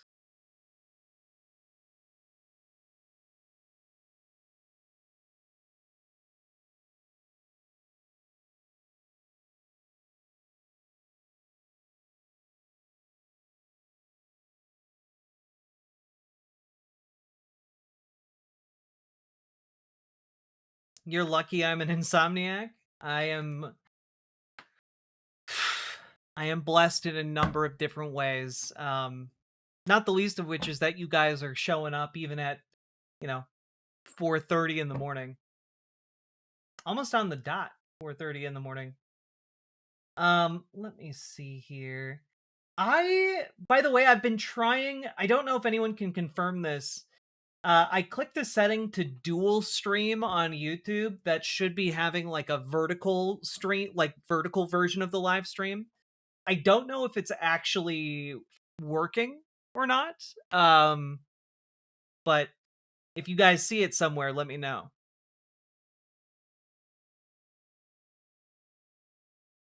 This is actually the first stream I've tried it out on. No? Okay.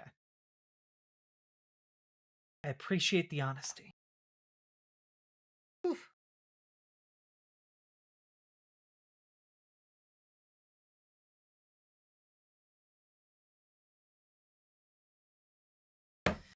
All right, folks.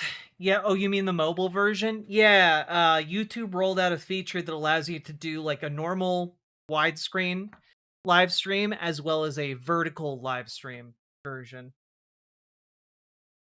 If any of you are watching it that way, just let me know, because I'm curious. I wanted to see how it works. What would that look like, Jack? Like the same dimensions if you like look at a phone, if you were watching it and had the phone this way instead of this way?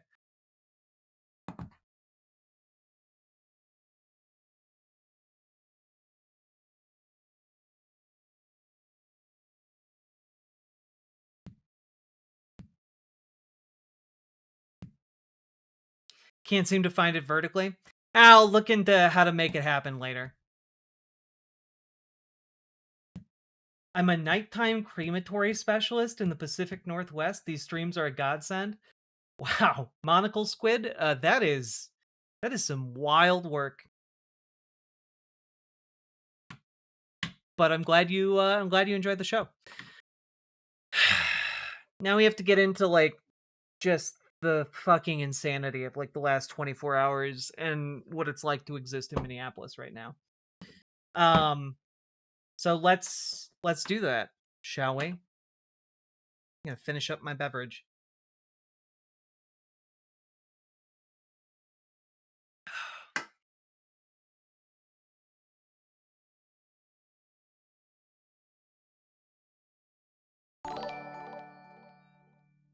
Electra, thank you for the $10 Support from an dono. immigrant's kid to you guys. Oh my god, I wish I could give more. You know, I certainly appreciate the $10 dono. So thank you very, very much. And I know so many of you would donate more if you could. Like if any of you won the lottery, and I honestly appreciate the sentiment. More than I can really put into words. So thank you so goddamn much. Is that for people too lazy to hold their phone sideways? Fragwits, it's for like people in the short feed apparently. And for whatever reason, YouTube is pushing the vertical live streams very, very hard in the algorithm right now, and I wanted to try and get on that before, they stop doing that. So all right, folks. Let's dive into it. Y'all ready? Y'all ready for the next segment? It's gonna be a doozy.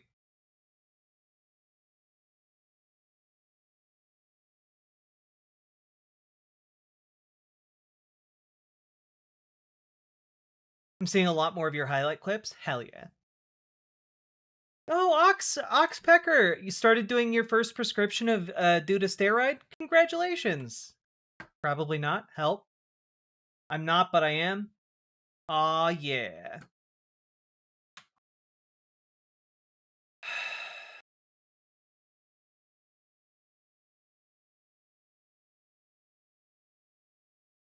I'm gonna do just a deep breath in and out, and then we'll start, okay?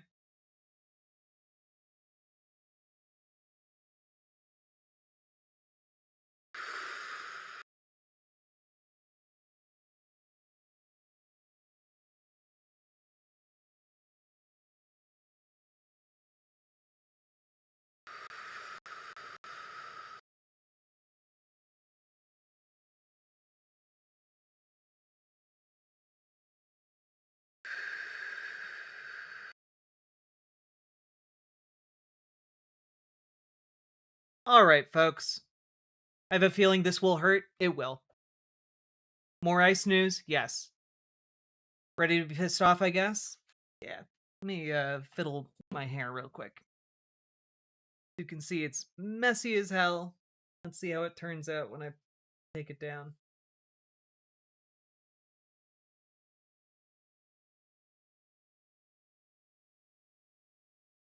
Oof. Messy AF.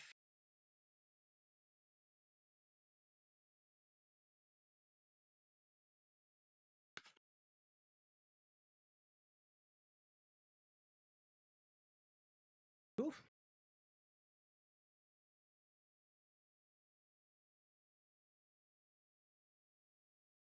Okay. Oof. Is that Space Maria on your shirt? Yes, it is! A DS Lugs shirt. Speed Razor, a chatter of taste.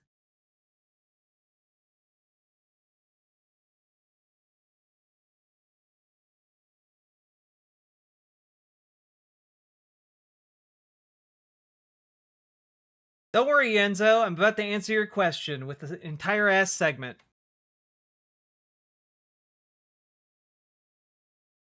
Here we go, folks.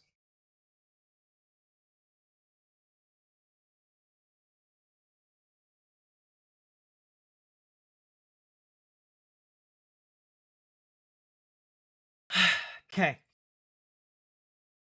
So, folks, we gotta talk about ICE in Minneapolis. We gotta talk about ICE elsewhere in the country. And we also have to talk about Republicans. And specifically, Donald Trump threatening to invoke the Insurrection Act against protesters in Minneapolis and Minnesota generally. For those of you that do not know, it is illegal to use the military in the United States to perform the actions of law enforcement, with the exception of the Insurrection Act, which has historically only been invoked when there is severe unrest in a given state that threatens to topple the state government, or not like in cases of like invasion by a foreign power, um etc. This is viewed as essentially the last resort kind of thing, and is constrained largely by tradition and the Constitution. So in this particular case, it does not constrain Donald Trump all that much, a man who does not care about the Constitution nor tradition. And here we have one of his top guys, the Deputy Attorney General and Donald Trump's former personal lawyer.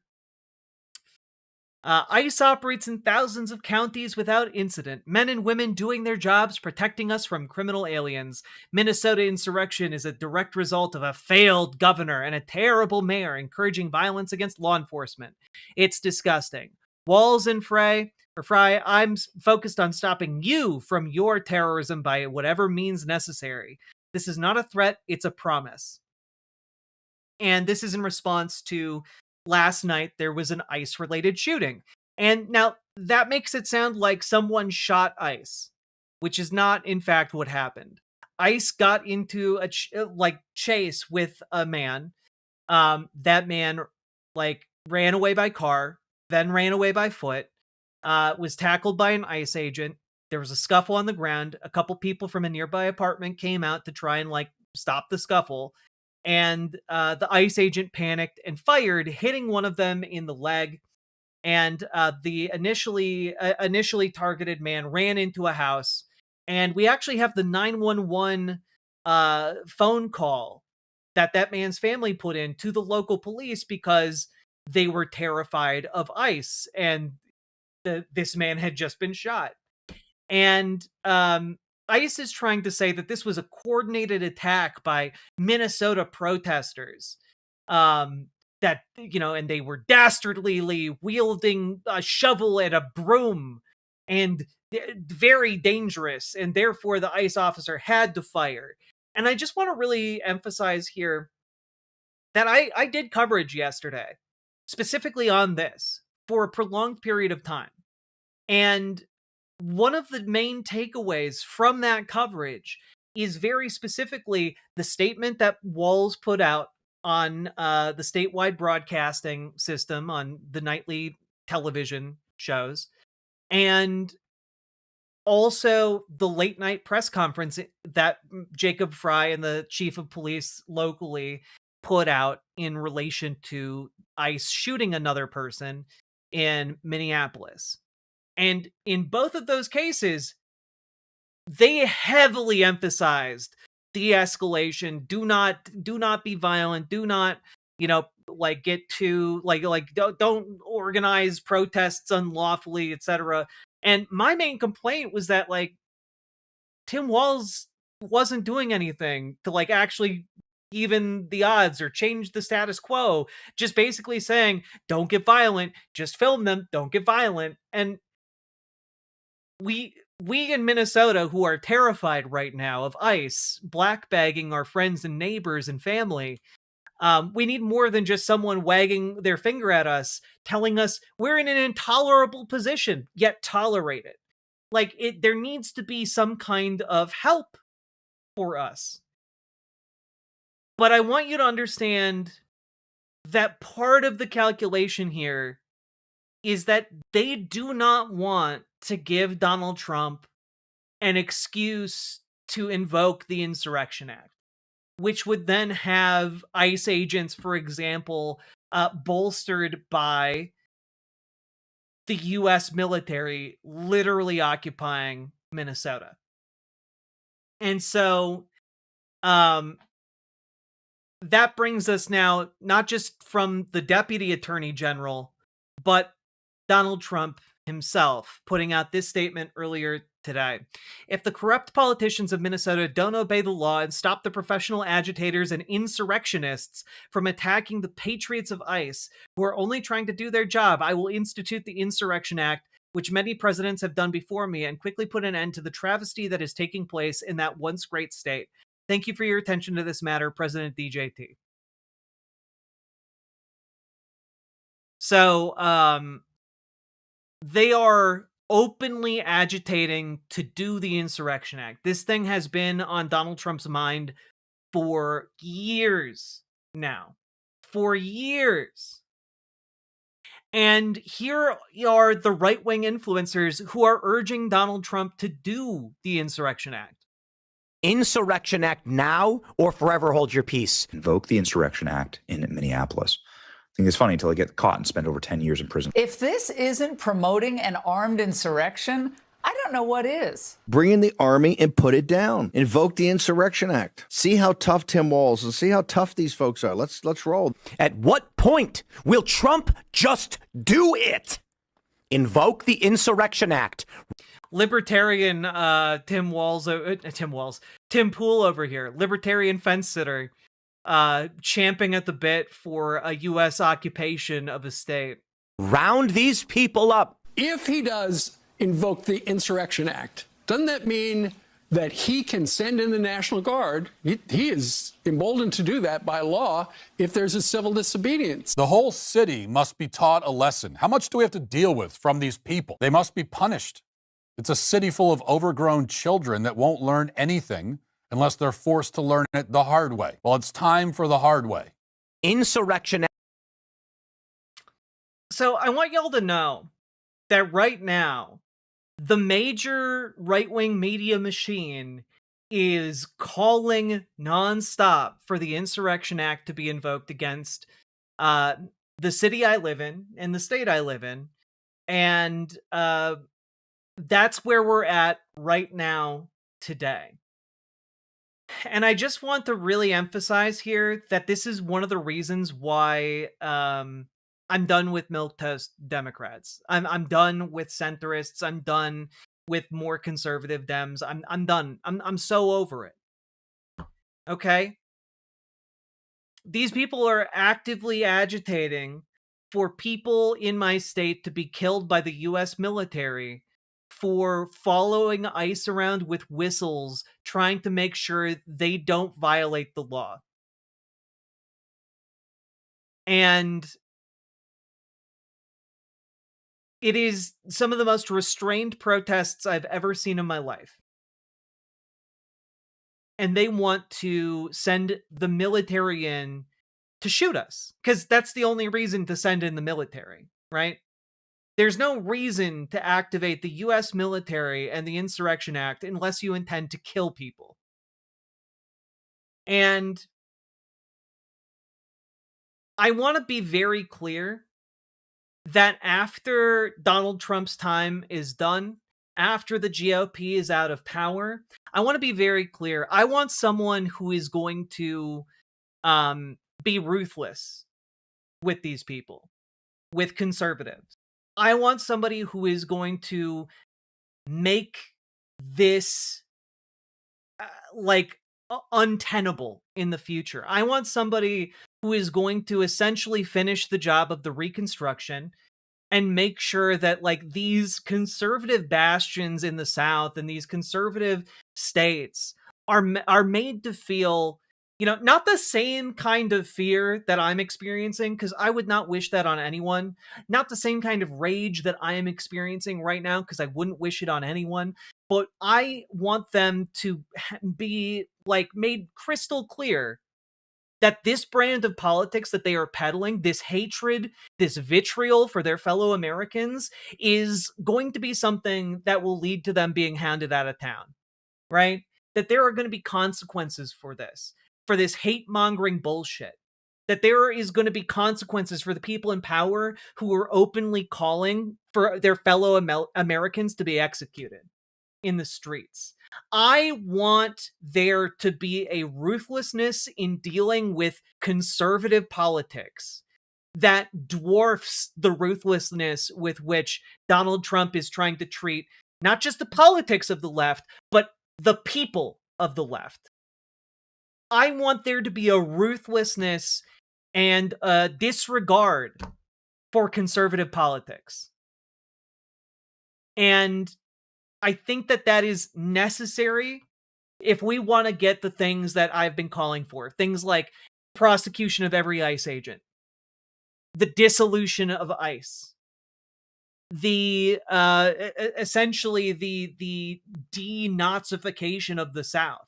And I do have to unfortunately mean that literally, in the sense that there are open neo-Nazi groups active all across the South.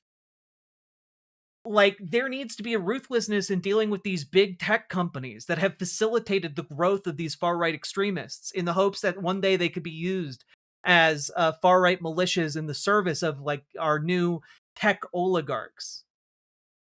There needs to be a ruthlessness in dealing not just with the vocal apparatus of how the conservative politics are spread, but a ruthlessness in dealing with the actual business that undergirds all of these politics.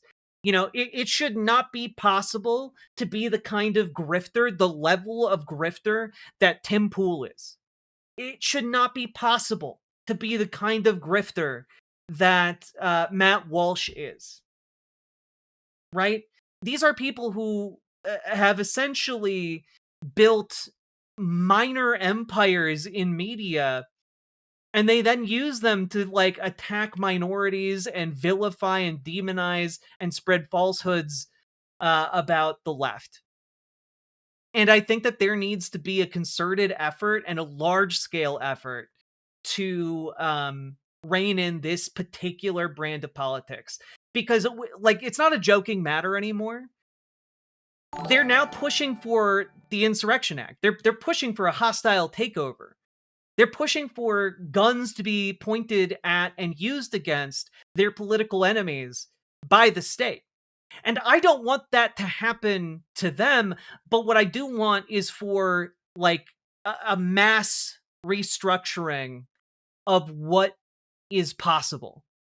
I want it to become an impossibility that people who peddle lies this egregious could ever become this prominent. And so that's the kind of thing we need. You know, there needs to be a fulfillment of the promise of Lincoln's Reconstruction. And we never got that. You know, I want to remind folks, we never got that because Lincoln was assassinated by these Southern types, these Southern secessionist, like, slavers. And in the wake of that, Reconstruction faltered. And it's why, over time, you know, African-American folks were hounded out of politics and Jim Crow was institutionalized. And we had to have an entire civil rights movement to dismantle many of the mechanisms of Jim Crow.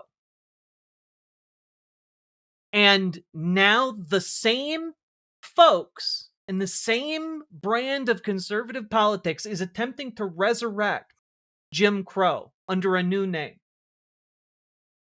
And our job is to defeat that brand of racist, bullshit conservative politics. And we need to finish the job. We need to finish the job that Lincoln started. And I think that that messaging resonates true. We got to reassert the Reconstruction.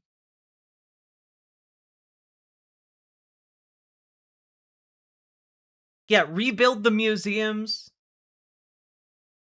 You know, rebuild like the curriculums of schools across the South. Because we all know the textbooks in schools in southern states, they talk about how like, oh, well, you know, the Civil War wasn't really about slavery. It was about states' rights. It's all obfuscated. People in that public education system, they're taught wrong almost as some kind of sick joke.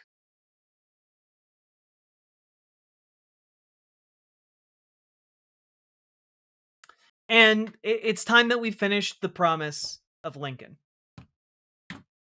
So, all that being said, I do want to, like, we're going to keep going here, but like, I just want to make it clear where I stand.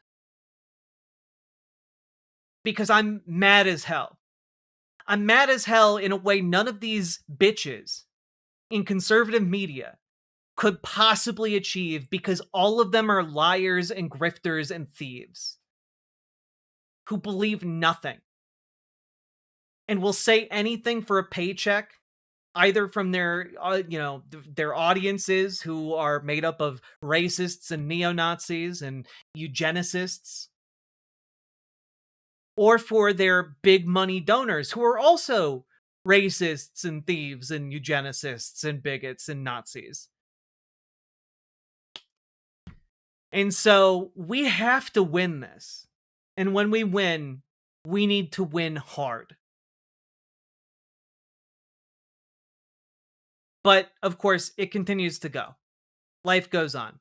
Here's what they're currently going for right now. Will it lead to more deadly killings in Minnesota if the Insurrection Act is invoked? If anything doesn't change with Governor Walz, I don't anticipate that the streets will get any safer or more peaceful. Governor Walz and his leadership team need to come to us and find out how we can work together like we have in many other states. We didn't see this kind of reaction in Louisiana when we ran our operations, exactly how we are running them in Minneapolis. But we had a very different response because we had leaders that were working with us. If you saw our operations in Florida, extremely successful. In Minneapolis so far, we brought hundreds of criminals off the streets that were dangerous. I'm sorry, you can't call them criminals. They haven't gotten a trial. And they're not going to get one. Because ICE does not put people on trial. It operates in an extrajudicial fashion. They make arrests and then they wind up having to release the vast majority of the people that they have rounded up. Because what they're doing right now, despite the Chiron here, is not targeted enforcement. They've been scooping up like queer people, they've been scooping up indigenous people, they've been scooping up, black people, they've been scooping up Somali people, they've been scooping up Hispanic people, they've been scooping up every damn person.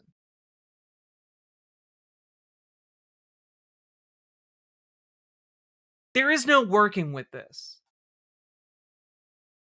There is no targeting of like people here. They're going door to door in some cases and asking folks, do you know where your Hmong neighbors live?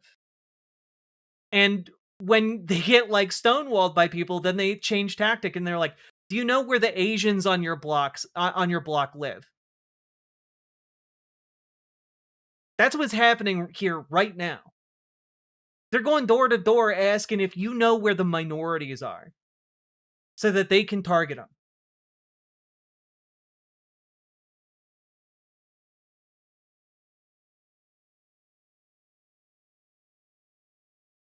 And, maybe that flies. I don't know. I don't live in Louisiana. I don't live in Florida. Maybe that kind of stuff flies in those states. And people are just happy to rat out where their minority neighbors live.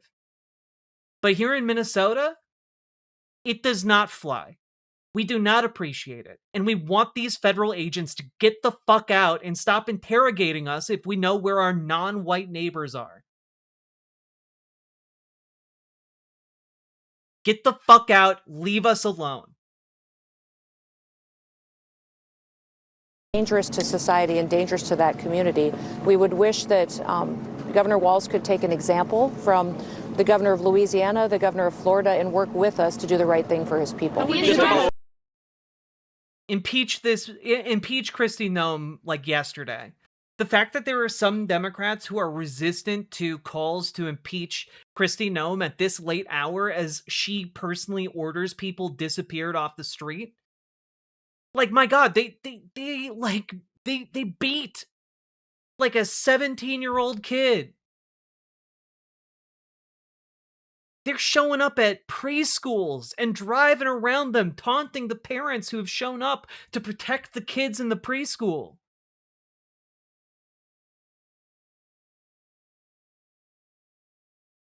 People are scared to go outside. People are scared to go get groceries. People are scared to just like walk down the street. That's what it's like here right now. There are checkpoints on the highways. They're pulling over anyone that they can tell is non-white by looking through their windows. Anyone who has the like stickers on their car that indicate they might be on the left. They are targeting any of their anybody that they perceive as their political opponents. Yeah, Pika Hudsonia, like, I cried with my partner today because my partner has to go to work in a particularly ice-ridden spot of the city. And it's terrifying. It is terrifying to not know whether or not she'll be coming home after work. Her dad called today to say that he was going to take her to work and pick her up tomorrow because ICE is looking for couples that look like us. And that like me driving her to work or picking her up from work would put both of us at greater risk. And so he's going to do it.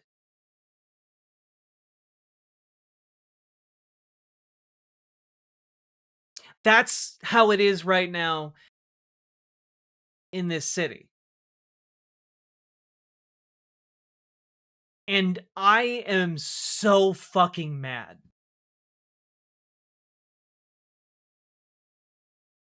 I am so fucking mad.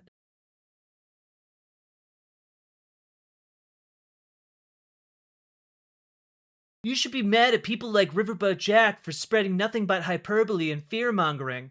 Get the fuck out of here. Get the fuck out of here, buddy.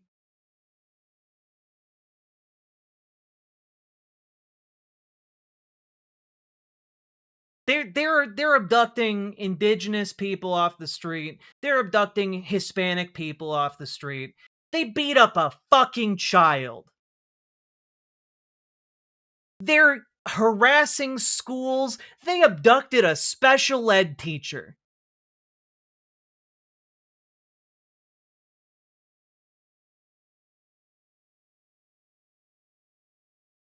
Like, I'm not being hyperbolic here, folks. Here's the Minneapolis Council President, Elliot Payne, speaking in session earlier today. I don't think I have the voice left to read this resolution fully. I've lost my voice screaming at fascists and getting gassed. So we're gonna, it's been printed out for my colleagues to read. It would go into the public record. It's just acknowledging the horrendous conditions that ICE is putting our city through, our residents through. Not just our immigrant residents, not just our undocumented residents. Every single resident of the city of Minneapolis is getting punished and brutalized because of who we are. And I am proud of who we are. And I am not scared of this government. And I want to say that loudly and clearly. I don't think I have the voice. I like, it is not me peddling hyperbole. It is not me peddling fear. I am telling you guys how it is in this city right now. And if you are here and you don't see it, it's because you have your head so far up your ass that it is somehow entangled in the gas, like the stomach acids, and it's burned out your eyes. You know, like you just aren't capable of even perceiving what's happening around you. Okay? Like, it is beyond the pale.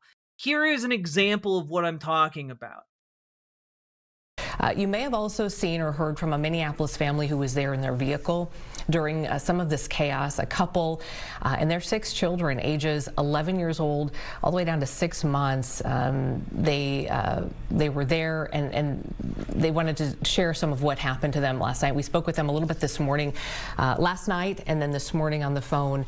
The father spoke with us on scene after emergency responders were able to take his children to the hospital. So we wanted to play you for. By the way, they had to take his 6 kids to the hospital, not because of anything protesters did, but because ICE fired 3 whole grenades near his car.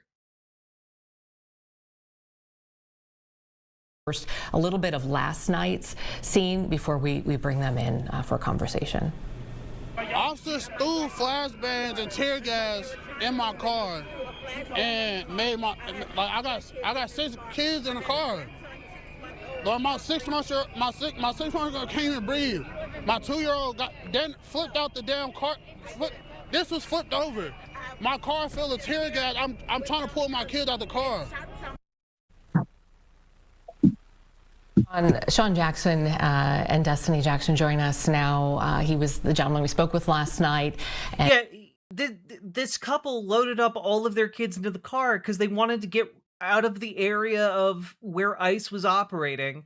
And ICE saw a bunch of people getting into this car and shot grenades at them.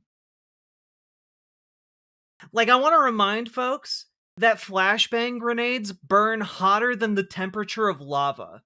Just as an FYI, they have been known to burn people to death. And Destiny was there in the vehicle as well. Thank you guys for joining us today to talk through what happened last night. We appreciate it. Destiny, when we talked to you this morning, you were saying that your family lives just a few minutes away from where this happened in the Hawthorne neighborhood. Can we first kind of step back and tell us about what was happening? You know, how did you end up in that neighborhood? Well, I live in the neighborhood. I had just left South Minneapolis from attending my oldest child's basketball game at Anderson Middle School. And on the way home, we stopped at our neighborhood grocery store to get dinner, actually. And we continued our path home, which happens to be like the way through the protest. We weren't aware that a protest was happening. And once we got that way, we did see lights and stuff, and we continued our path to go home because it wasn't blocked off or anything.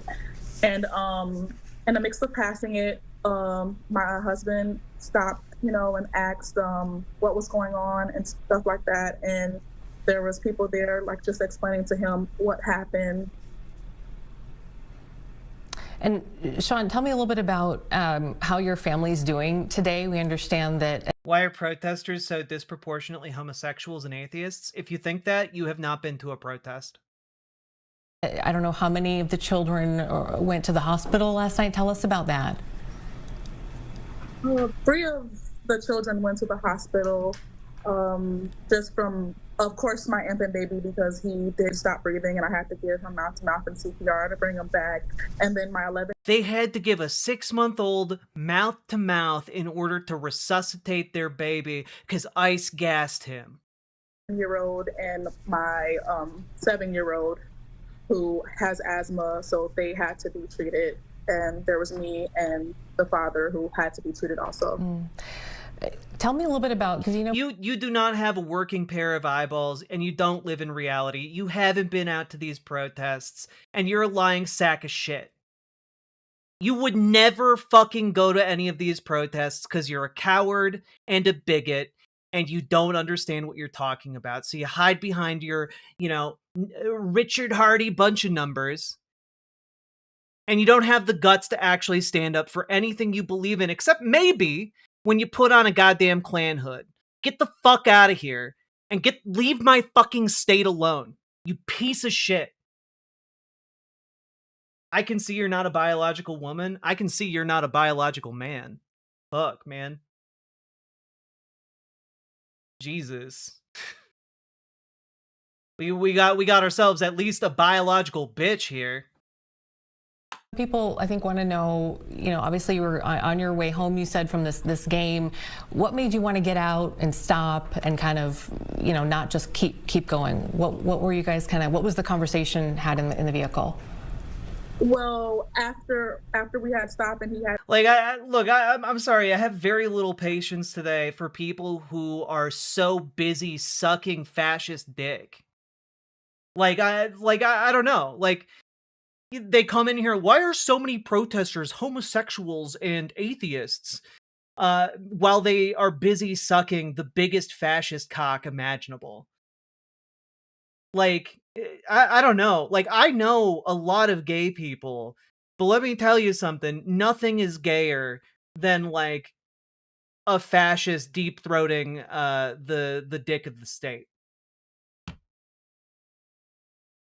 They just can't get enough of the fascists gassing neighborhoods and flashbanging children. Jesus. Asked what was going on. I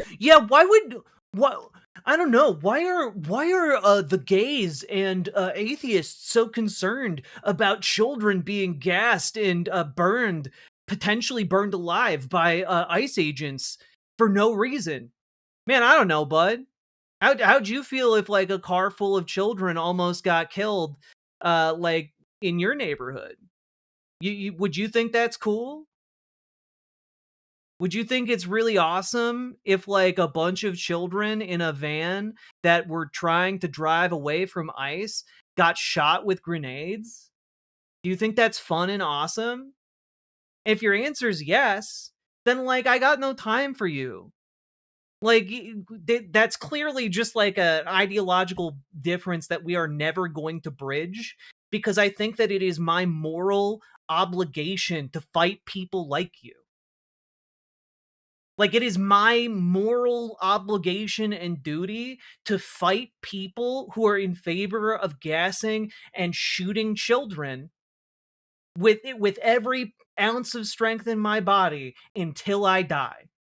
And I'm not going to apologize for that. And I'm not going to be nice to people who are saying that children should be gassed and shot.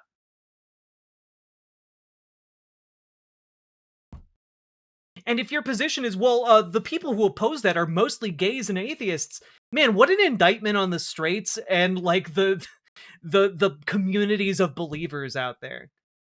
I don't agree with that assessment, by the way, but that's how fascists try and attribute what's happening here. Like, what a fucking cell phone.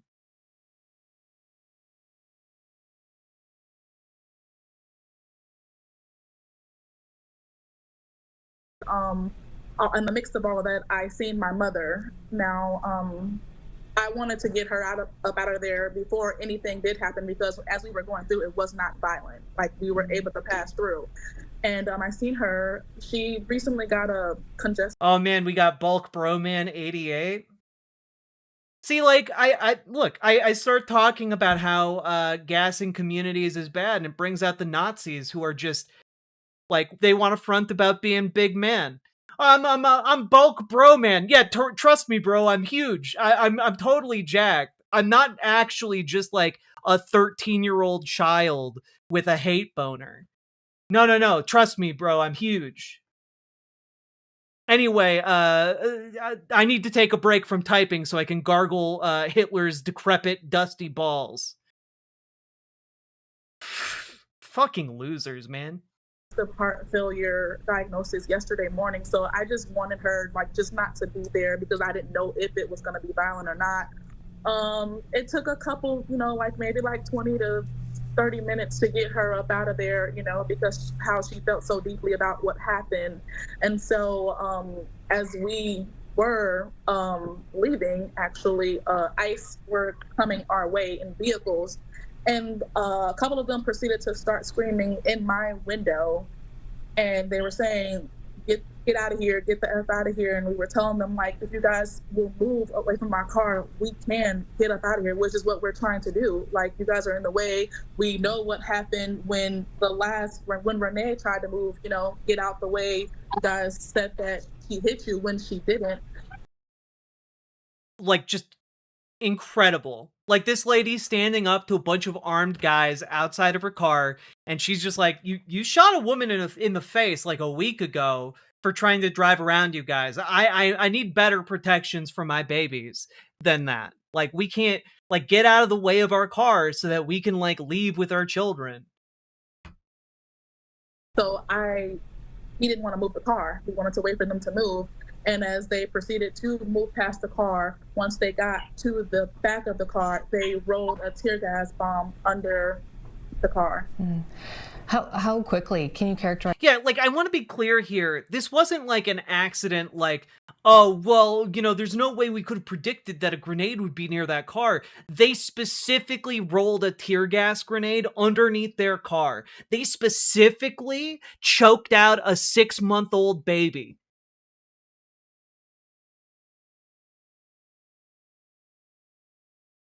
How quickly this escalated? How long were you there? Did you sense things were starting to turn? Were there opportunities to try to leave before it escalated? We did sense things were trying to take a turn for the worse.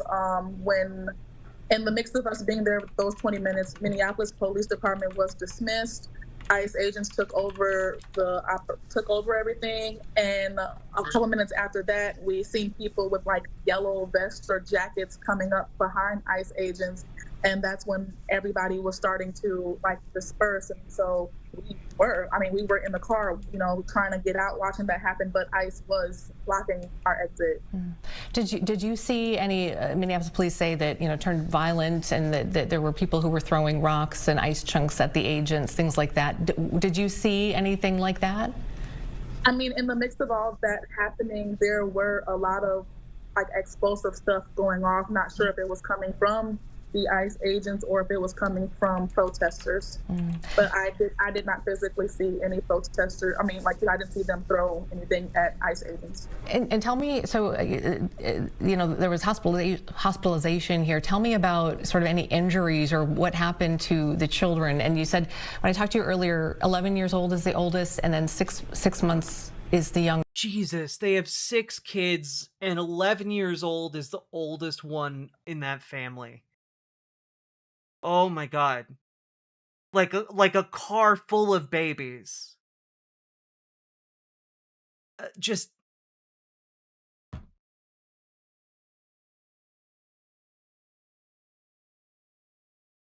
youngest was 6 months, oldest was 11. Jesus, they saw a car full of babies and they decided to gas them. Every single one of the kids in that car had to go to the hospital because they couldn't breathe.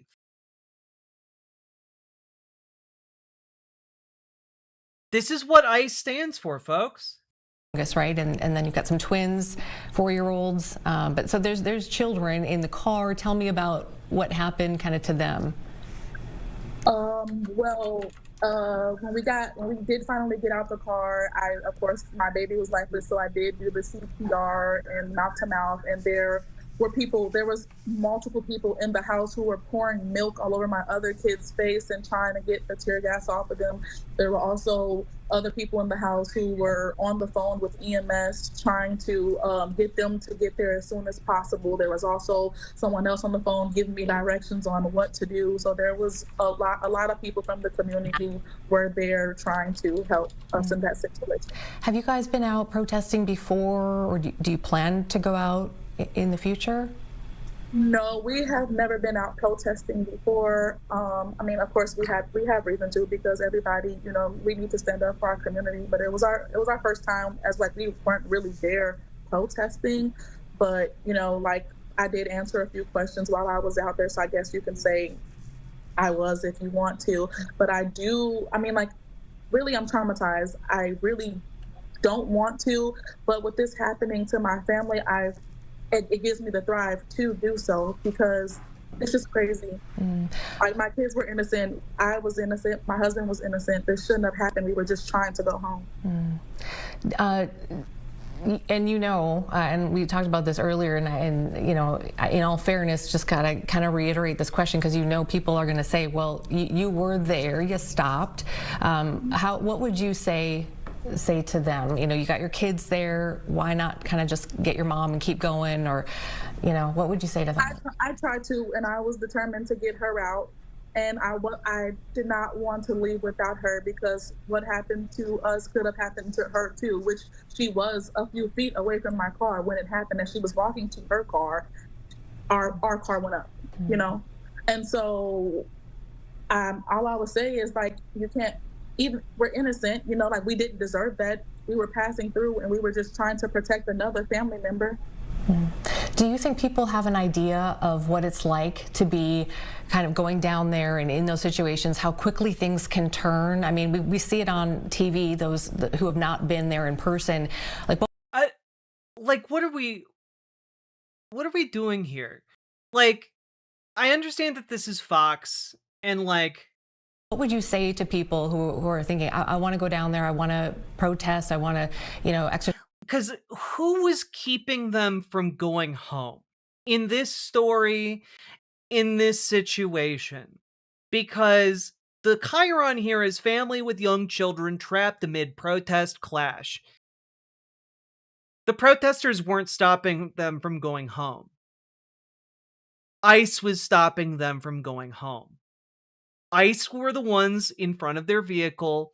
ICE were the ones who rolled the, you know, tear gas under their car to gas their kids. That wasn't the protesters. Like, we're getting closer to understanding that the ICE occupation is evil in, like, local media, but even, like, the framing of this is deeply suspect, as they are doing a very important interview. Exercise my First Amendment rights. And we're talking to the people who are not trying to be agitators, the people who are really just trying to exercise their First Amendment rights legally. What would you say to them about kind of what happened to you last night? Is there anything you would do differently? What would be your... Yeah, we're all those outside agitators coming in. The outside agitators are ICE. They're coming from, like, fucking Texas to, like, gas kids. Like, they're actively being recruited from white nationalist communities. Like, I have not seen these so-called outside agitator protesters anywhere. I haven't seen, like, I've been watching a whole lot of protest footage here, and I have not been seeing these bad actors from out of town. I have seen ICE protecting far-right agitators who are pro-ICE.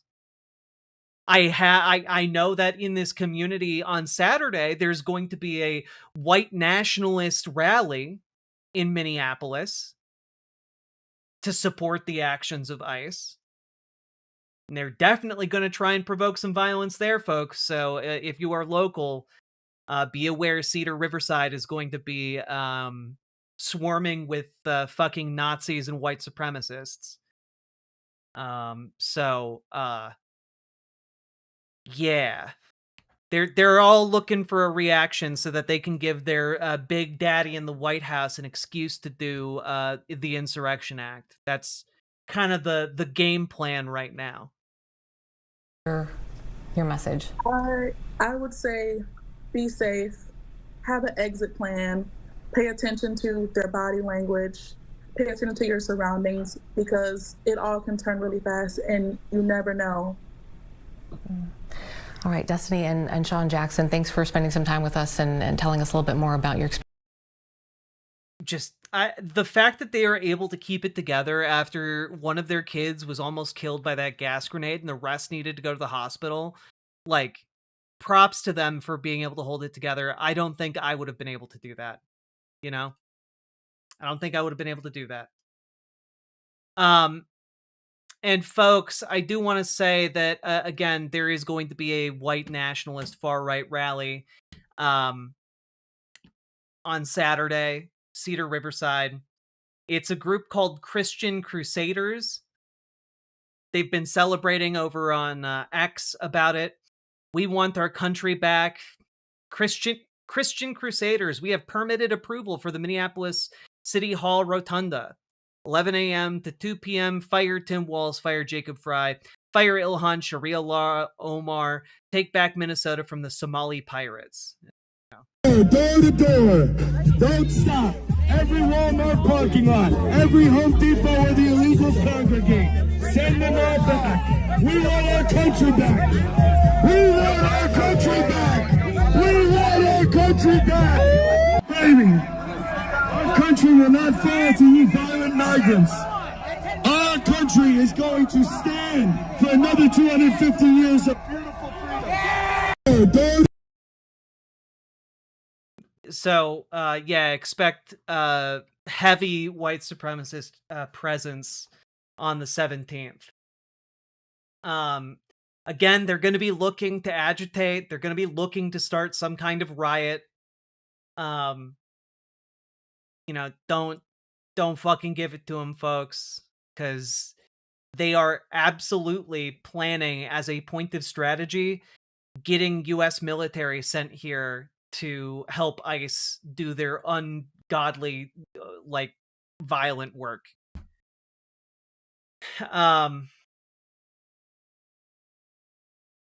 Just absolutely heinous.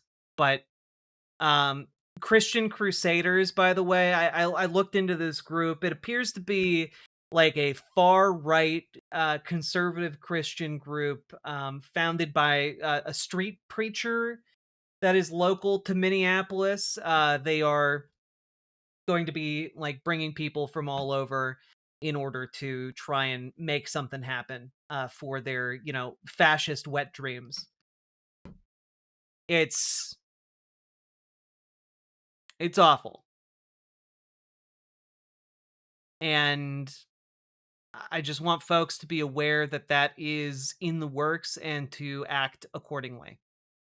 But you know what? Maybe it's all just a distraction from the rampant fraud that Nick Shirley uncovered.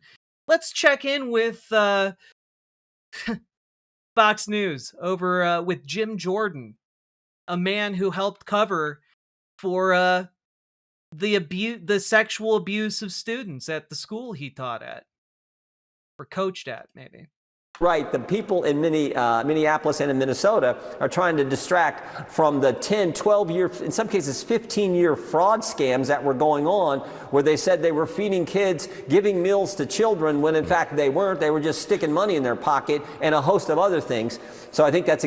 Man, I love that every single conservative on this issue is like, yeah, they were doing this scam for like 10, 15, 20 years, 100 years. These Somali fraudsters have been doing it for like 100 years.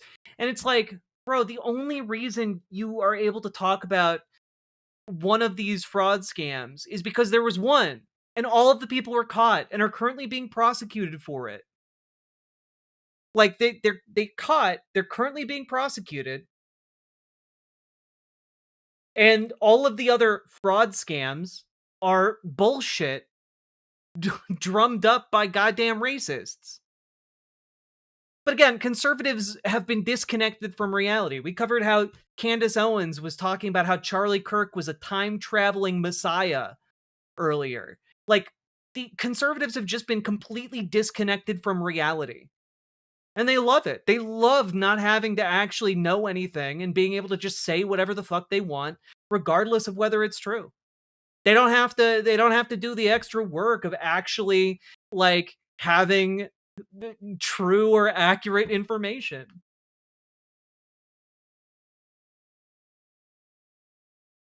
It's nuts, guys. Like, what is happening here is nuts. And I'm going to try and break a little bit of levity here because God knows this entire situation is horrible.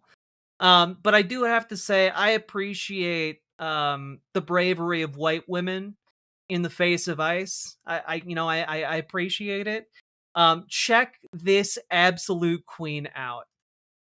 Hey fam, I was in Minneapolis and look, we just stumbled upon Greg Bovino at a fucking Speedway for a pre-Hague photo shoot. So good for him, I guess. For those following along at home, I have nothing against short men, but I do just have to report back there is about a 4-inch height difference. Do you want to get closer so they can see? Oh no, they're a little higher there for you. Still not the same. So Greg, you're standing right there in front of me, but to everyone following along at home, I hope you fucking eat shit. I hope this keeps you up at night for the rest of your life, and no one fucking wants you here. Oh, fantastic language. There's children in here, and your fucking vehicle, assholes? Choke. Oh, what's your language? Like, again, these assholes will be like, you're saying swear words as they, like, beat up actual children. Like, think of the poor kids in their ears as they break the bones of an actual child.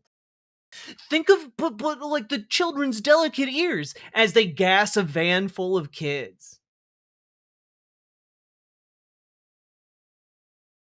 Like, again, the fucking language and tone police that conservatives put out there in order to, like, finger wag at, like, anyone on the left who's, like, insulting these clowns who are abducting folks. I don't know. I think insulting them is the very least form of, like, resisting them. And, conservatives will cry all day, every day about someone dropping the F-bomb. You guys have seen it just in this stream alone.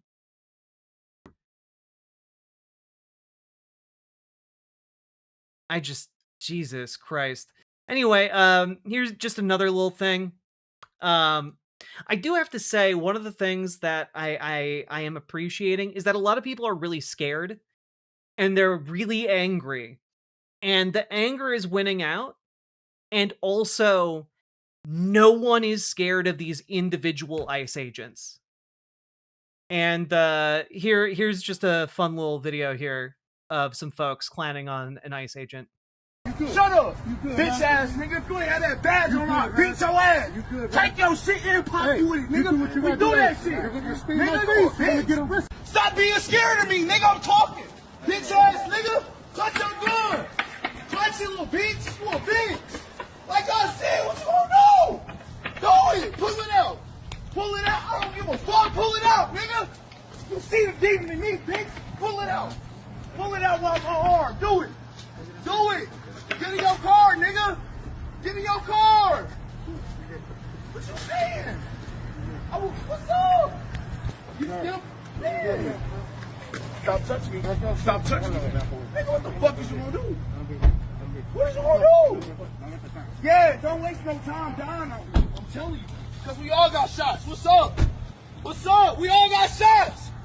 Scary ass nigga. I'll put that K on you bitch ass niggas. Fuck wrong with y'all? Y'all niggas is bitches. Y'all niggas is bitches. Certified bitch niggas. Certified bitch made. Fuck wrong with y'all? Pull y'all heat out while y'all pull off. Fuck wrong with y'all? The amount of rage that is happening and the lack of fucks that people have to give at this point, like, a lot of folks are where that guy's at. You know? Like, just like, I do not give a fuck. Get the fuck out of here.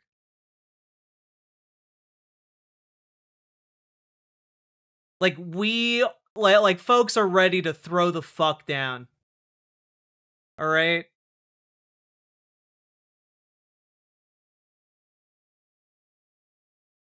I mean, like, guys. Take off your mask. Fat. From a judge. Out of here, you fat little.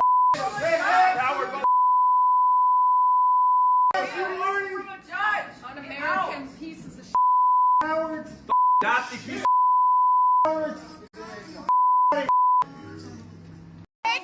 One thing that I love about this clip in particular is that they are getting run out of this goddamn sports bar by a bunch of white, like a bunch of just like white folks. You know, like these guys came in here thinking that they were going to be safe because it was like a sports bar in Minnesota. Well, they're not going to say shit. They're on our side, guys. And nah, get the fuck out. Un-American pieces of shit. You know? This is only good, by the way, going to escalate. They want to surge more and more ICE into this state. People are going to get angrier and angrier. And it's breaking through in a way that, like, a lot of folks can't even comprehend. And I do want to say shout out to some of the folks showing up at the Whipple Federal Building lately who, in the sub-zero temperatures, have been pouring water on the entry and exit way of the Whipple Building, where the ICE agents like to storm out in force in order to, try and brutalize some protesters over there. And you know, that water is turning into ice, and it turns out ice can't deal with ice very well.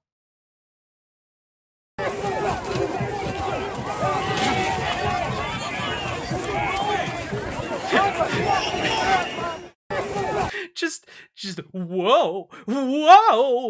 Like one of them, like their gun hits the ground and breaks. Like the.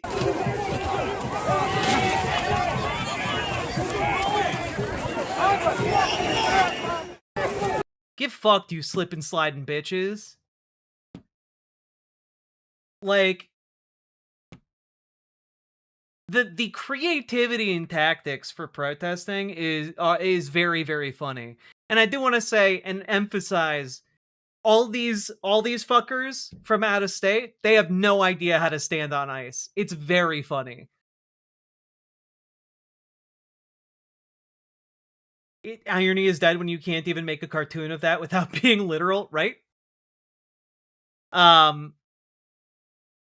God, it's wild. And I do want to say, while a lot of the folks at the, the mayor on up have failed the people of Minneapolis, folks, now we can't look.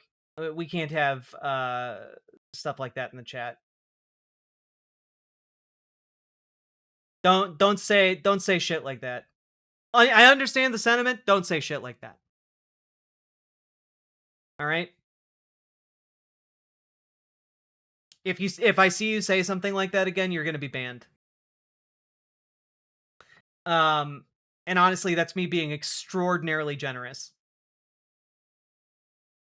But we have folks like Jason Chavez in Minneapolis who is like fighting the good fight. One of the Minneapolis City Council members from Ward 9, putting out an excellent proposal that I believe is now going to the governor's desk.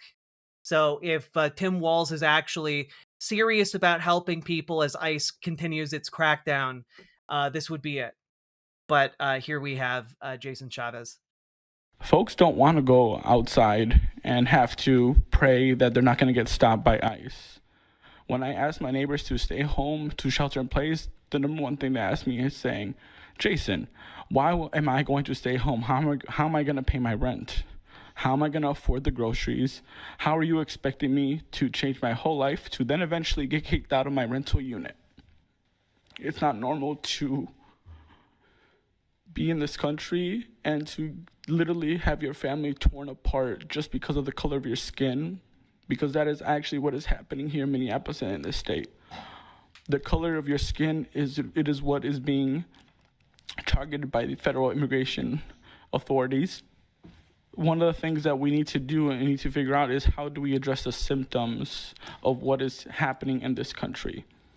So ICE is literally following vehicles, breaking down windows, stopping people on highways on their way to work, on their way to dropping off their kids to school, at daycares, and tearing them out of their cars. That is one of the number one ways that they are doing this work today. So how do we help address that issue? We help people stay at home. We have to call for an eviction moratorium, and in the city of Minneapolis, we need to do what we can to make sure that people can shelter in place at home because they are safer at home. Folks? So the Minneapolis City Council did put together an eviction moratorium proposal, and it is going to the desk of Tim Walz, and I sincerely hope that he signs it so that folks in Minneapolis, at the very least, can shelter in place without fear that they're going to be evicted from their apartments. This is a pretty big deal. It would help a lot of people who would otherwise feel extremely afraid, going to work, trying to deal with childcare, etc. And this is actually something that can move the needle and help. It's the first thing that I have seen since this all started that would actually help some people. And I just want to say all respect to Jason Chavez. Wonderful work. Okay. Wonderful work. And I'm seeing like girly girl. I understand that you are in a bad situation right now. If you need to, please step away from the stream. But if this stream is becoming a source of, damage to your mental health, like, let us know if you want to be like temporarily like banned or like temporarily like timed out so that like you can like not watch this, because this, like, I'm not gonna lie, living in this fucking sucks, and I'm really angry and I'm really upset. You do not have to subject yourself to this if you are in the middle of a mental health crisis. Yeah, if you're in the hospital, like, turn off this stream. Like, you do not have to watch this right now. Your main concern is feeling better and getting better. Okay?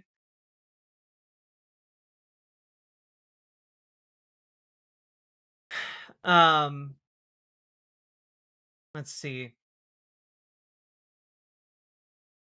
Here. Also, Yes, update from Jason Chavez.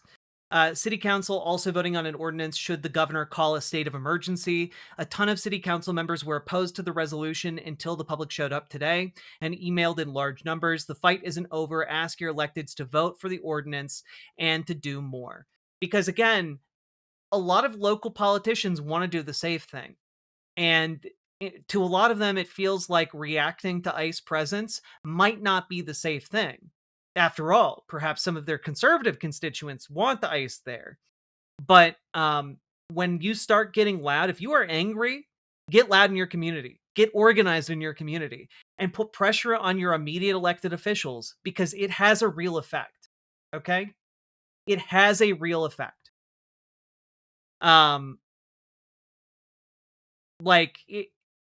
I do want to emphasize here the moratorium on evictions that Minneapolis voted for and sent to the governor would be a statewide moratorium. It wouldn't just be for the city of Minneapolis, it would be for the entire state of Minnesota. No one in the state of Minnesota, as long as ICE is occupying here, could be evicted, which would be extremely good movement. Okay? Again, one of the few proposals I've seen that is legitimately very helpful, and I hope Tim Walz rises to the moment. Now, I do have an update on a story I've talked about over the last few days here in Minnesota, which is multiple members of the Oglala Sioux Nation being abducted and disappeared by ICE. And here is the Star Tribune interviewing like the head of the Oglala Sioux Nation. Let's see what he has to say here. And one of them has been released, but they couldn't locate the other three. So the council members here, they're all elected officials of the Oglala Sioux tribe, and they gained access to the facility, and they couldn't find their three tribal members. They claim that they're not classifying them by their nationality, which tribal members are also citizens of the United States since 1924. You know, there's nobody more American than American Indians. But they were unable to find them here today. And so they're going to continue on. They don't understand that we are America. How could you possibly target Native Americans and with immigration and customs enforcement officers and then imprison us? That is impossible. It's legally impossible to do that. And I do want to say there's another update to this that the Star Tribune put out. Let me see if I can bring that up real quick. Here we go. Okay. So the Star Tribune had an interesting update to this story as well here. Oglala Sioux president walks back claims of DHS pressure member arrests, which I don't know if that's actually like substantiated by the reporting here. President of the Oglala Sioux tribe has walked back claims he made in a memo and press release earlier this week that immigration enforcement arrested 4 tribal members and that the federal government tried to extract an immigration agreement out of the tribe in return for information about their members' whereabouts, which we talked about yesterday. The United States Department of Homeland Security said it can't verify claims that any of their officers arrested or even encountered members of the Oglala Sioux tribe or found anyone in the detention centers claiming to be a tribal member. They denied asking the tribe for any kind of agreement. Tribal President Frank Starr comes out, has not responded to repeated requests for comment, including after his updated memo was released on Thursday. The accusations of arrest came at a time when many Native Americans were already concerned of the Trump administration's immigration enforcement agenda and racial profiling by federal agents ensnaring them as well. In a message on Facebook, Starr comes out, said, that the men were arrested in Minneapolis, where ICE had launched its biggest operation ever and is increasingly clashing with protesters. When the tribe reached out for information about the arrests, federal officials told us that the tribe could access this information if we entered an immigration agreement with the U.S. ICE and U.S. Department of Homeland Security. But in the memo updated on Thursday, Starr comes out, said his earlier statement had been misinterpreted and that there was no such demand from federal officials. He said the tribe had been in cooperative communications with federal officials about the issue, and that federal officials had said that one option for the tribe to have easier access to information is to enter an immigration agreement with ICE. He did not specify what type of agreement. So I don't know that this is necessarily at all walking this back, because they have definitely still have picked up multiple Oglala Sioux tribe members in the area. We know they have 3. All right. The issue is ICE doesn't know where they are and is saying, "Oh, we don't even think we picked any of them up." But we know that they did.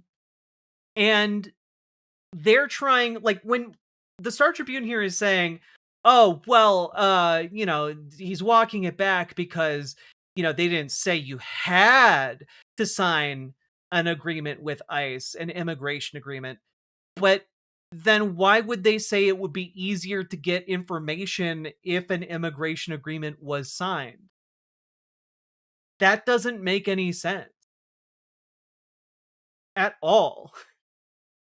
Yeah, like this is still very much kind of substantiating what they said. And my interpretation of the new the updated version from Star comes out is that he has now made contact with some federal officials and is trying to kind of soften the relations there and like make it easier to interact with those federal officials um in order to try and get information about his people. I don't interpret that as like, oh, he's walking it back. I don't interpret it that way at all. Steve Dorries, it's actually around 6 o'clock in the morning for me. Okay. But so the update is they still cannot locate 3 of the 4 people who were picked up. One of them has been released. The other 3 are still somewhere in detention, but unknown to ICE, allegedly. And ICE did say they would be able to get more information somehow if the Oglala Sioux entered into an immigration agreement. But what that would even look like is absolutely beyond me. Yeah, it's deeply, deeply messed up. Deeply messed up.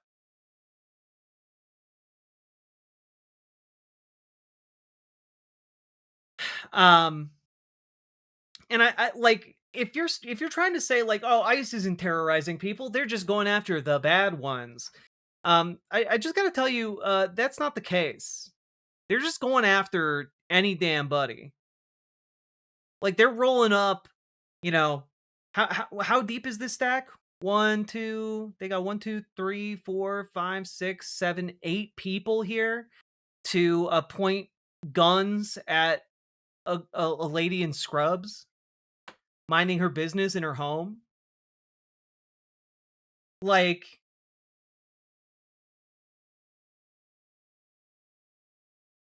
that's like the state of what's happening right now in the Twin Cities. And in case you're like, well, ICE is there to go after the bad guys. They're not there to do like evil. This is from earlier today, folks. Following Renee Good's killing, her son's Minneapolis charter school receives right-wing attacks. With around 30 students enrolled, Southside Family Charter School switched to online learning after conservative news articles and social media posts seized upon the school's social justice focus. The small Minneapolis charter school where Renee Good sent her 6-year-old son has switched to online learning out of safety concerns after receiving multiple phone and email threats, the school told Sahan Journal.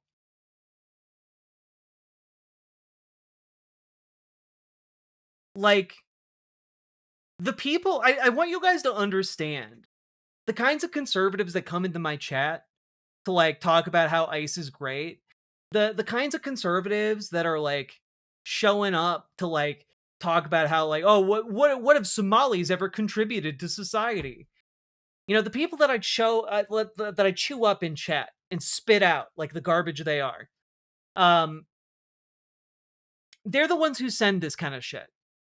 They're the ones who get online and they write a little bomb threat. They call in with like their voice changer and like talk about how they're going to shoot up the school. When they see that ICE is rolling a canister of gas underneath a family of 6, with the oldest being 11 years old and the youngest being 6 months old, they cheer that shit because they like it. They like and delight in evil. This is what conservatives stand for right now. And if you are a conservative and you're like, well, I don't stand for that, well, then you need to get on the right side of the line. You need to get on the right side of the line. You need to stop supporting this administration, stop supporting any of these currently elected folks, and you need to get yourself right. Because if you're not on the right side of the line, I can tell you this much, you are not on the right side of God. Like, these people are fucking evil. WWJD, what would Jesus do? Well, obviously he would call in a bomb threat to this school of 30 children. They did that in the Bible. Like get the fuck out of here. Get on the right side of history. You know, like, fuck, man.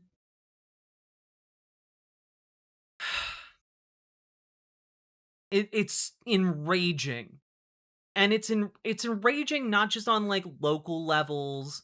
It's also enraging on the national level. And I want to share this and like get into this. But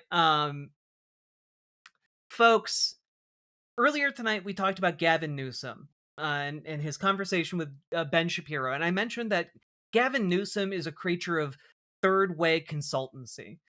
You know, people who basically advocate on behalf of, you know, big corporations and big money donors in the Democratic Party.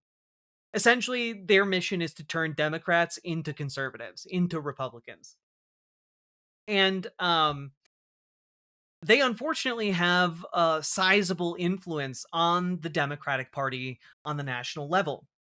And here is just a piece of reporting here. Democrats warned to steer clear of the abolish ICE slogan.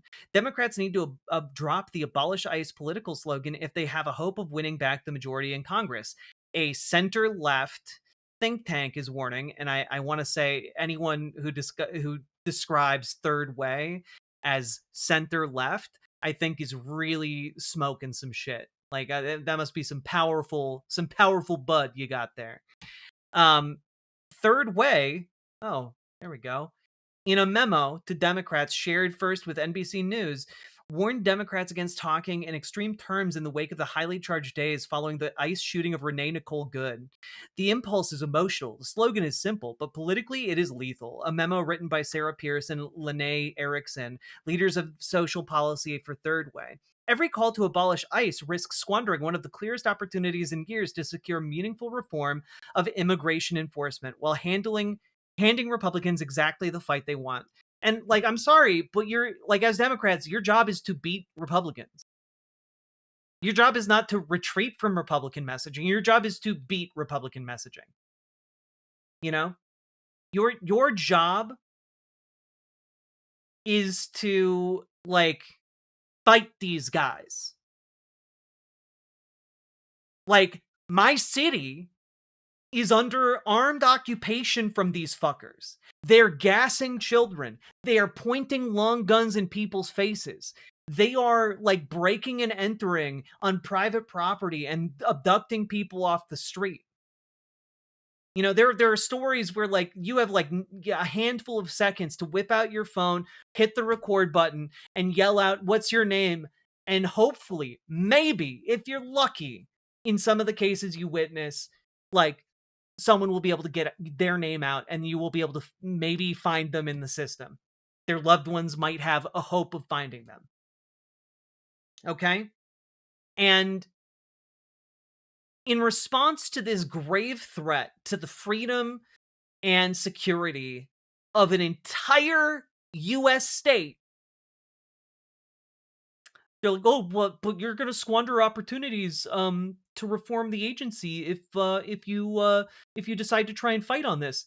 We watched a video of an innocent woman getting shot in the face to death in front of her wife after they dropped off their child at school.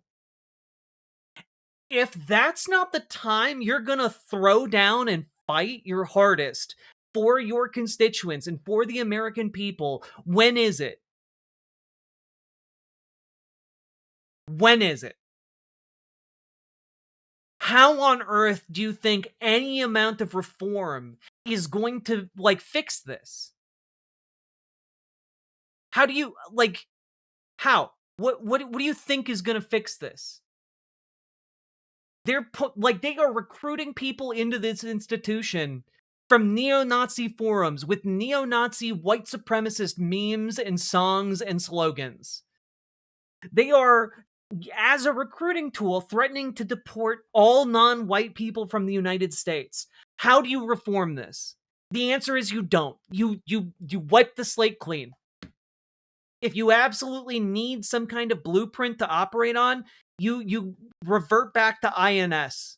The INS operated for a long time with, nowhere near the number of issues ICE has. Use that as a framework and make something better than what it was. But you do not, under any circumstances, you fucking clean house. When you get in charge of ICE, you fucking clean house and you use the records that ICE maintains in order to prosecute every single ICE bureaucrat and agent that allowed this to happen.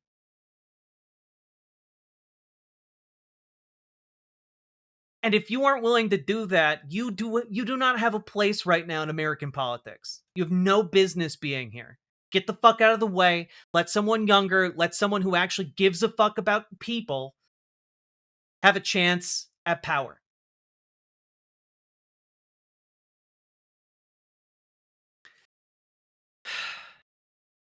And just very interestingly here, here's what Chuck Schumer had on the docket today. In the weeks and months to come, the American people will also hear from Democrats on other areas where we're fighting to lower costs. As I mentioned, food costs, energy costs, groceries, health care, child care, and so many other things Americans pay for every day. Democrats are ready to get to work.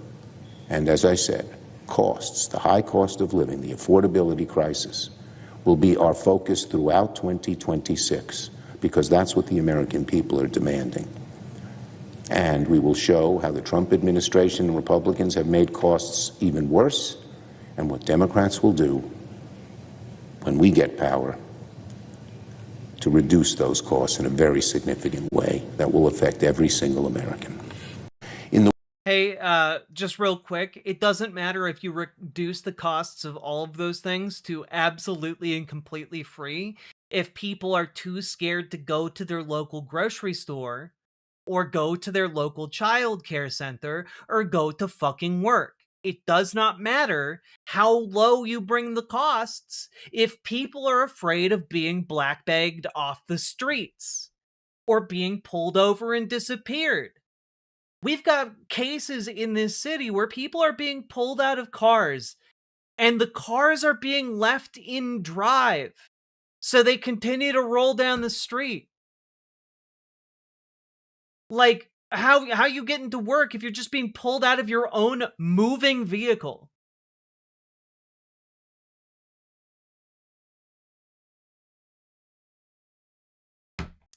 Like, I'm sorry. There's an armed occupation of my city. How the fuck, like, what? People here are worried about whether or not their kid is going to be, like, abducted from school. They're worried about, like, their kid's special aid instructor being disappeared. There were, like, 15 ICE agents outside of an elementary school, like, just yesterday. And you know what? There are stories about ICE agents popping up outside and around preschools, elementary schools, high schools, middle schools.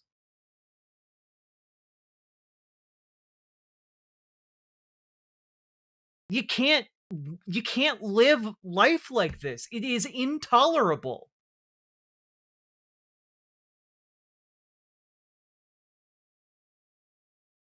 Weeks and months. And oh, hey, boy, howdy. This is what Chuck Schumer's team emailed out today. Let's see. Schumer remarks and talkers on Democrats' plans to address affordability crisis. Okay. Republicans send costs skyrocketing, create chaos in economy. Okay. Grocery costs, laser focused on the housing costs to Americans. All right. Stop predator, boost home ownership. Okay. Talkers on Verizon service outage and the need for the FCC to mandate that companies compensate consumers for service disruptions. I mean, like, these are fine talking points, but it is notable the absence of anything to do with immigration. And I want to say this is especially concerning and bizarre considering the latest polling is that for the first time ever, more Americans, like a majority of Americans, support abolishing ICE. The trajectory of this conversation is that ICE can, in fact, be abolished. If politicians pick up the messaging of abolish ICE and, like, repeat it ad nauseum and build that public support, we can, in fact, actually abolish ICE. We can do it. But we need people of courage to stand up and actually full-throatedly endorse it and push it. And Chuck Schumer's not going to do that. He's barely even pushing his own talking points that he's putting out, which we're going to focus on affordability and making life better for everyday Americans. Like, what is up with this Ben Stein act? Dude sounds like he's about to fall asleep mid-sentence. Like, we do not believe that you are going to make things cheaper, number one. And we also sure as shit don't believe you when you're not even deigning to address the fact that major American cities are being occupied by these masked goons disappearing folks.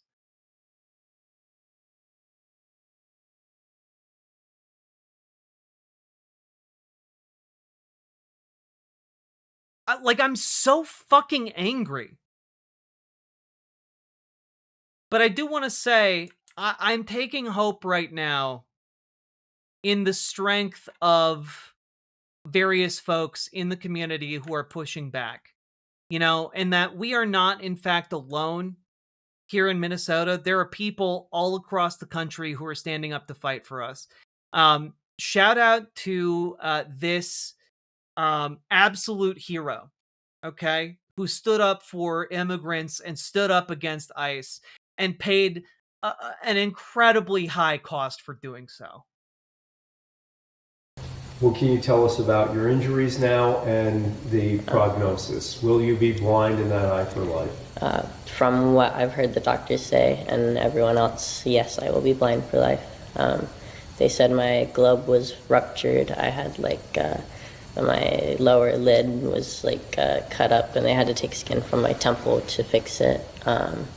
There's a lot to it. I don't remember all the things that they said. I have fractures in my skull that they can't fix, and I can't sneeze or cough because it's dangerous too.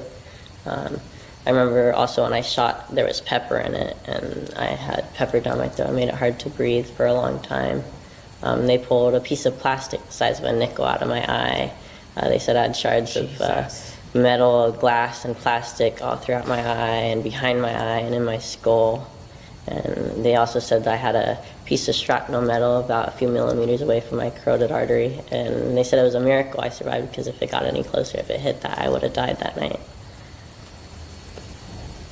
Totally blind right now? You see nothing out of the eye? Nothing out of this eye. Yeah, it's black.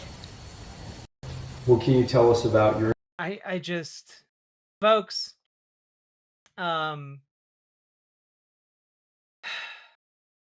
they have a GoFundMe I'm going to post here in the chats.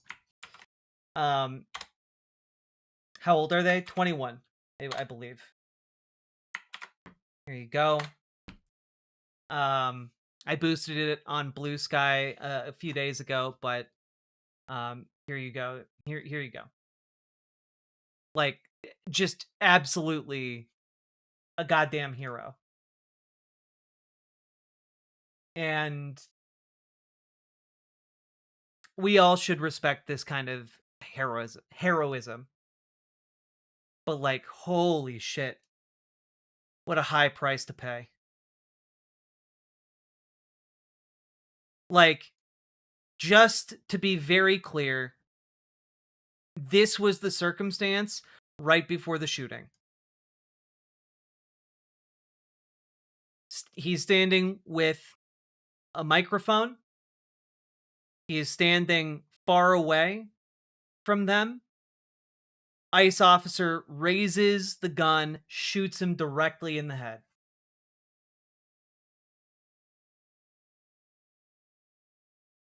Absolutely disgusting. Absolutely disgusting. Prosecute every fucking ICE agent. And, but I will say there are other folks standing up as well. One of the things I talked about every time we've mentioned ICE here in Minneapolis is that Target has been allowing ICE to stage in their parking lots, which has presented a huge problem because, hey, guess what? Target employees, including children who work at Target, like collecting carts and stuff, have been getting targeted by ICE. Many of you will remember the video that I showed you all of a 17-year-old being abducted by ICE and then dropped off on the other side of town in a Walmart parking lot in sub-zero temperatures with multiple broken bones in absolute tears. That poor kid. Well, local faith leaders have organized. There's a group locally called Isaiah, Minnesota, for a kind of a coalition of different faith leaders in the area. And they all went to Target HQ, which is actually in Minneapolis. Over 100 faith leaders went, and this was the scene there. We shall not be moved. We can stay here all day. We shall not be moved, just like a tree that's planted by the water. We shall not be moved. We are shopping elsewhere. We are shopping elsewhere. We shall not be moved. We are shopping elsewhere. We shall not be moved, just like a tree that's planted by the water. We shall not be moved all day. You know, like, people are rising up in a wide variety of different ways, and I think that this diversity of tactics has been a huge win. Like, it is putting pressure in a bunch of different and unpredictable ways on the structures in the community that have been, to some degree, supporting what ICE has been doing here. And I just want to say, like, I think it's wonderful. I think that this is exactly the kind of thing and exactly the kind of ways that I was hoping the community would stand up and oppose fascism in. Like, keeping folks on their toes is good. They never know exactly how folks are going to react, and I think that that's a good thing, you know? Here is an anti-ICE protest outside of one of the local hotels that was allegedly housing members of ICE.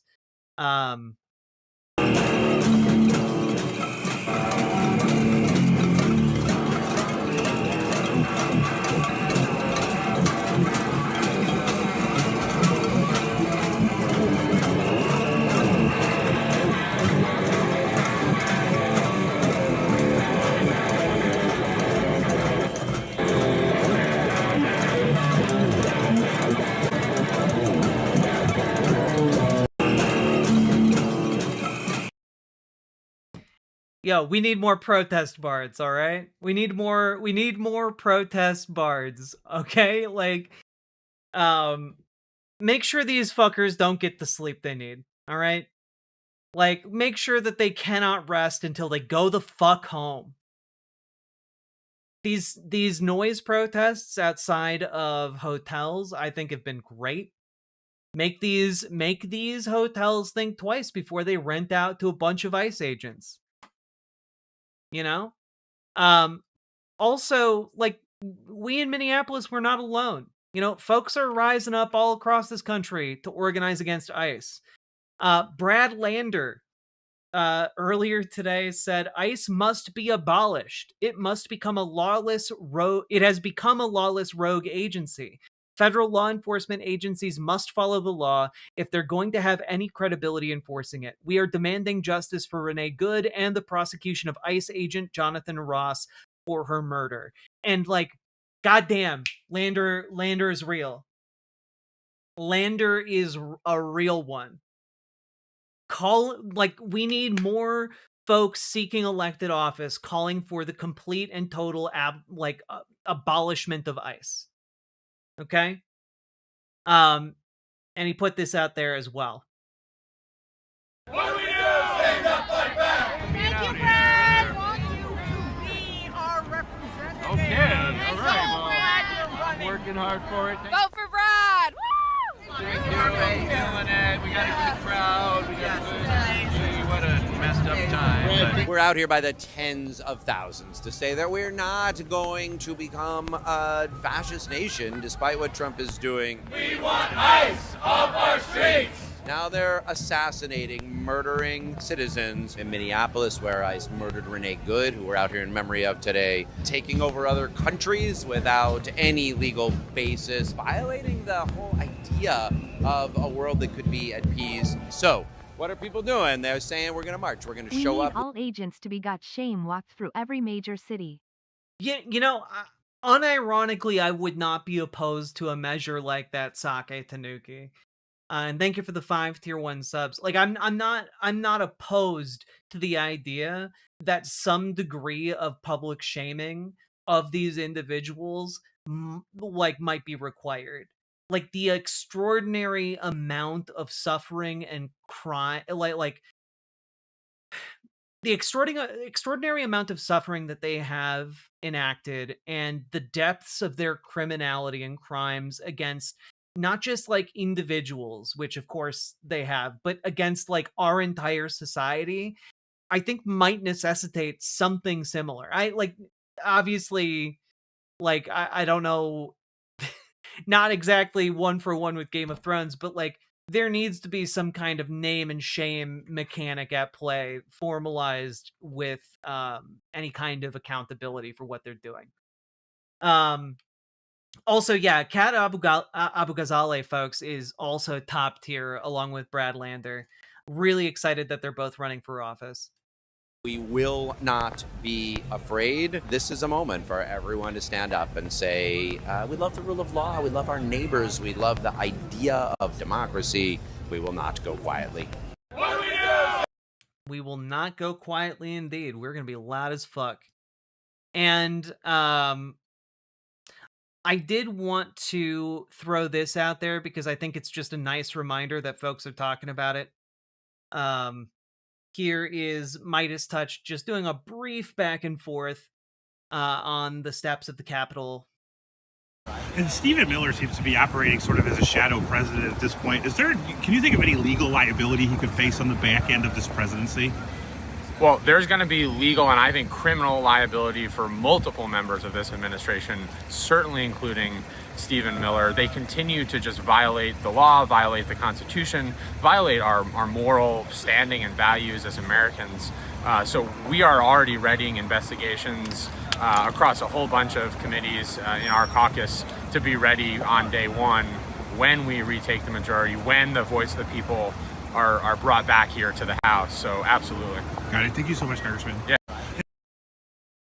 You know, it is nice to know that members of Congress are already prepping to launch investigations into these absolutely vile pieces of shit like Stephen Miller. I do appreciate that. There is a part of me that needed to be reminded that, like, Stephen Miller does not have immunity here. He's just a guy. He's not the president. He does not enjoy the immunity of the president. And this guy who is almost single-handedly unleashed so much terror onto my streets is going to one day get his comeuppance. I'm so fucking angry. And I'm going to end on this particular note, okay? I'm going to end on this particular note.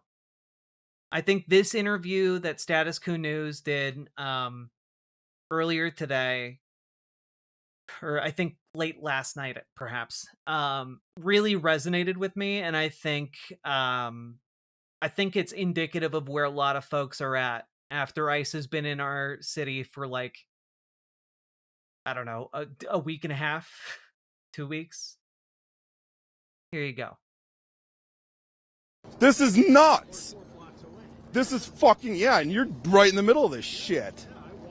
What the fuck is going on, dude? This is insane. Have you ever gone out to these sort of things before? Never. I've never protested in my life. My brother's here. He does it all the time. I've never. Like I said, I'm far enough away, but close enough, and I sit in my cushy house and look at shit and get mad, and they're just trying to fucking scare people, and, you know, but why shoot people? You know what really pisses me off is the fact that they detain people, cuff them, and then still beat the shit out of them. They tell you it's immigrants, only immigrants. It's fucking anybody. I have friends that got detained, and all they were doing was fucking driving home from work. What the fuck? Sounds like you don't fit the definition of the... When you need to see a fascist go through a whole Azula-level breakdown live on air when his fascism blows up in his face, it's Miller time. Indeed. Indeed. Sake Tanuki, thank you again for supporting the show. Thank you for the 5 tier 1 subs. I am immensely appreciative of the support. It allows me to do what I do. So thank you so much. And there's a little bit left of this. Let's see here. Back to the cut. Sounds like you don't fit the definition of the... No, and I'm not fucking paid to be here like everybody fucking says. What the fuck is that? I gotta work in the goddamn morning, just like everybody else. I'm just here trying to stand up for community, dude. We're all human beings here. I don't give a shit who you are, where you came from, what color you are. It doesn't fucking matter. This is wrong. This is not... And I think that, like, the fact that this guy,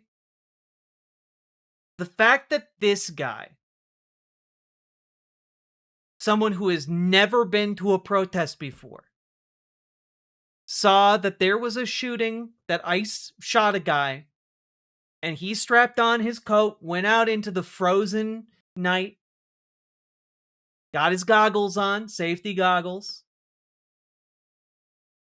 in order to stand up against ICE.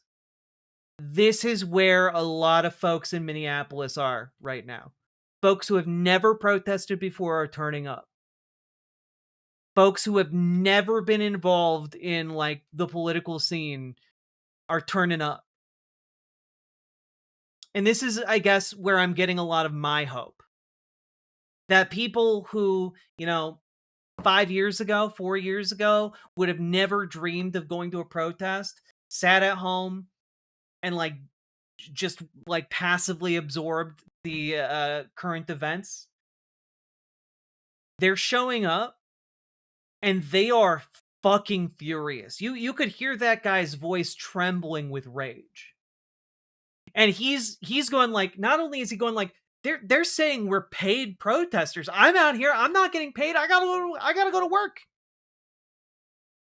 The narratives they're spinning about us are lies. They're saying they're picking up immigrants and only the bad ones, but they're picking up every damn buddy. They're stopping people who are trying to get home from work and disappearing them into their system.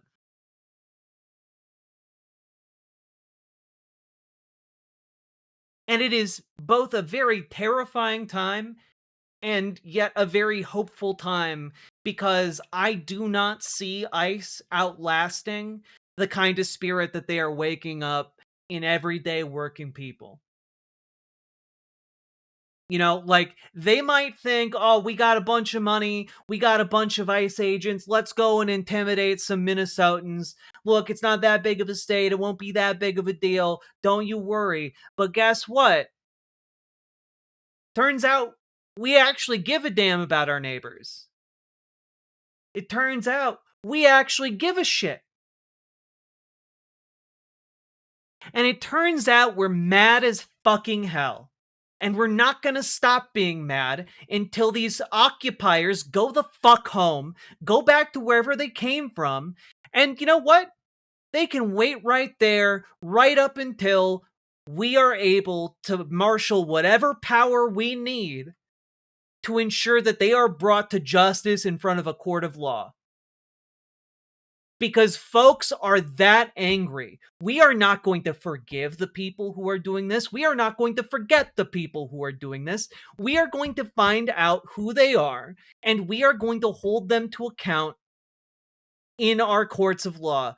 A jury of their goddamn peers, the same peers that they've been terrifying for months now, will judge their guilt or innocence. And when that day comes, and only when that day comes, will our rage start to subside. Because what is happening in this community is just fucking wrong. Fascism itself, it's just fucking wrong. And any decent person, regardless of politics, any decent person can tell that. And if folks are just too blind to see that, then they can fuck off. They are inconsequential. And we will win. We will outlast these bastards, and we will win.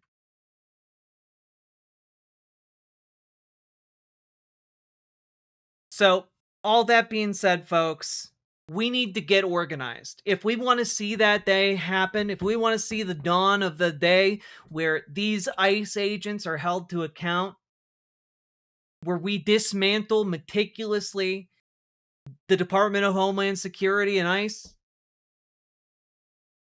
then we got to get organized. So join your local Dems, join your local DSA. Make your DSA as effective as the New York DSA. Find yourself your own community, Zoran Mamdani or Brad Lander.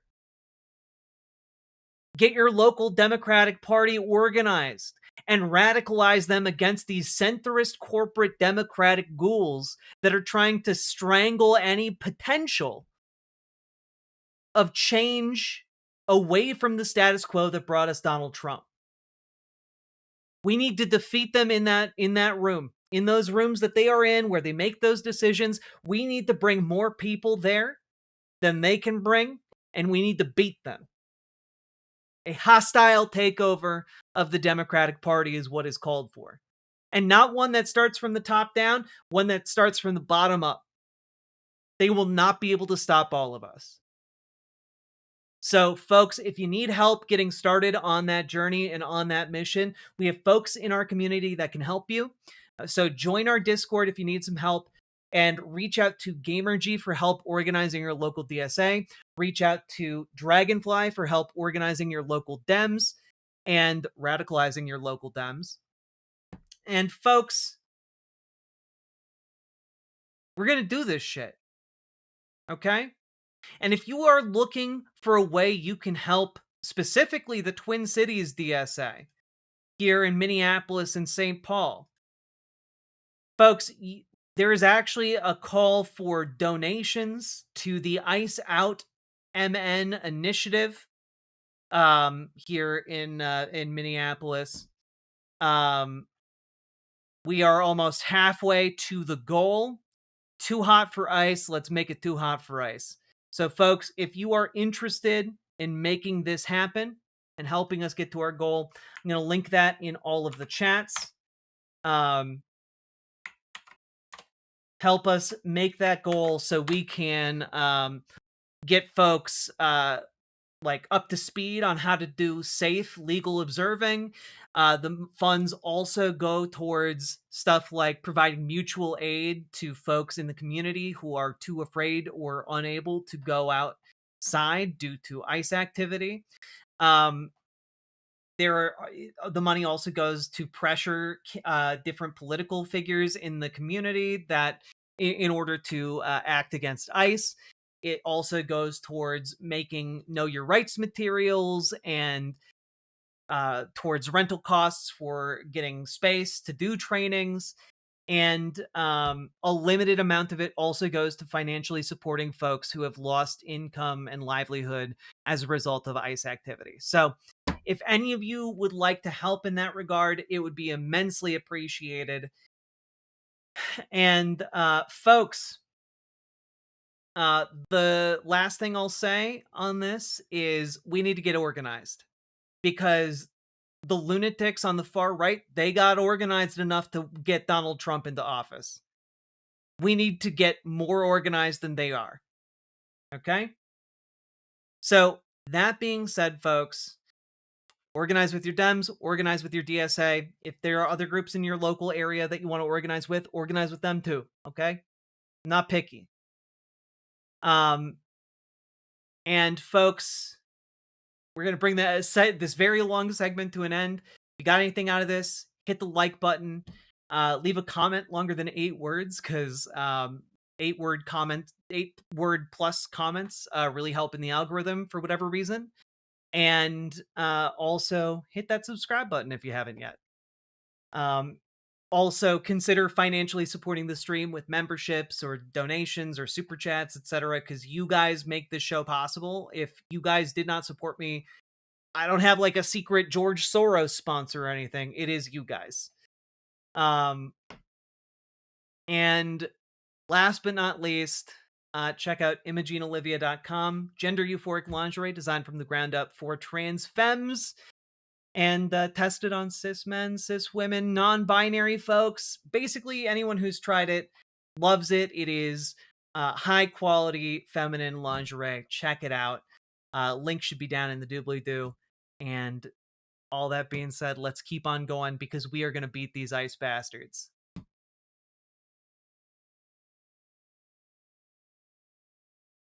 Whew! We did it, folks. We made it through the segment. It is 6:30 in the morning here, and we've been going for about 4 hours. How y'all doing? How y'all doing? Sake Tanuki! I'm old enough to remember when we had inns. They seem to be just fine at handling all of this. You even could wait at the gate to meet people at the airport. Yeah, like, INS was, I'm not super up on how INS functioned, but, like, I remember being able to meet people in the airport. INS, yeah, I'm sure wasn't perfect, but they, like,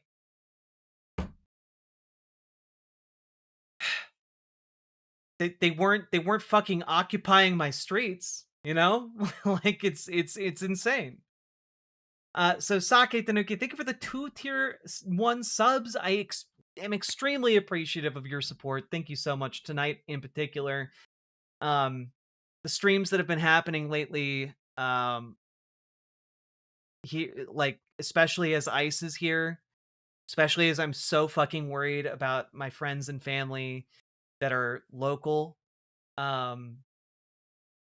I really appreciate the financial support at this moment now, more than ever. So I appreciate it from all y'all. Patrick Lucas, thank you for the gifted membership. You got Shai Halud. Hell yeah. Boring bureaucracy beats fucking fascism. It's true. BB beats FF. I don't know why I tried to I don't know why I tried to do that. I regret my words and deeds.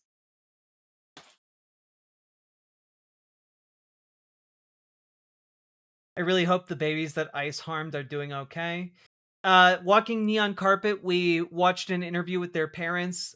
They got medical attention, and they seem to be doing okay, but it was a close call for that 6-month-old.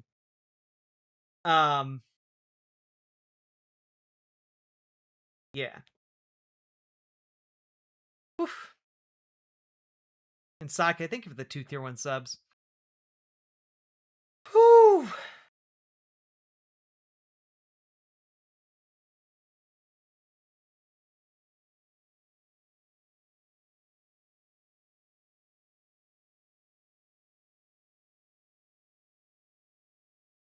INS was still bad. Yeah, I imagine it was still bad, which is why I would probably like advocate for something better than that, something more accountable than that.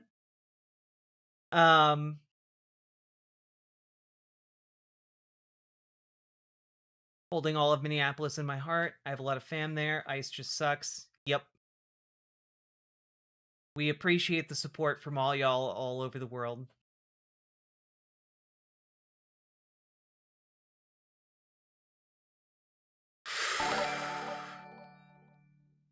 Everyone, did you exercise today? The fascists did. Why haven't you? I did. This is my second show of the day. I've done like 8 hours of show today. So I was unable to do my exercises today, sadly. My exercise time was taken up by being on that second show. Because it's almost midnight here. Yeah, it is getting close to 7 o'clock in the morning here.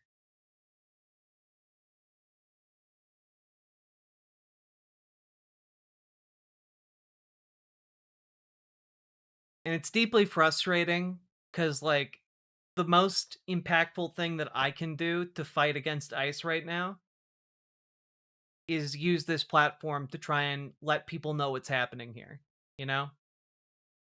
And that doesn't keep, like, my partner safe at work. And, like, I hope I'm doing enough. I hope I'm doing enough.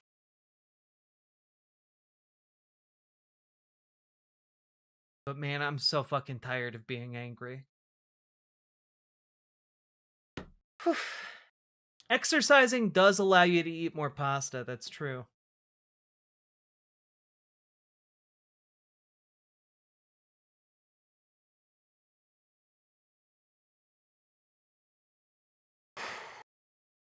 Thanks, Ollie. All right, folks. I think I'm gonna wrap up.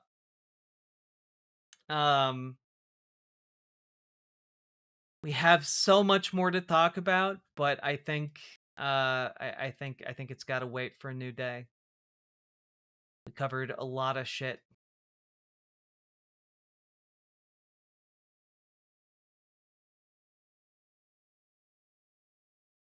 Cleaned tonight for 3 hours, looked around at a depression mess and had no choice. Oh, hell yeah, Rach KP. Depression cleans are the cleaniest ones.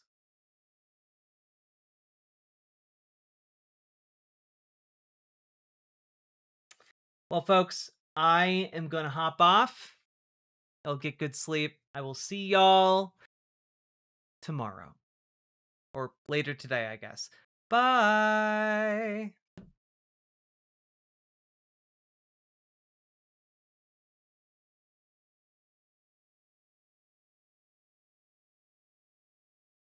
What we need in the United States is not division. What we need in the United States is not hatred. What we need in the United States is not violence and lawlessness, but is love and wisdom and compassion toward one another.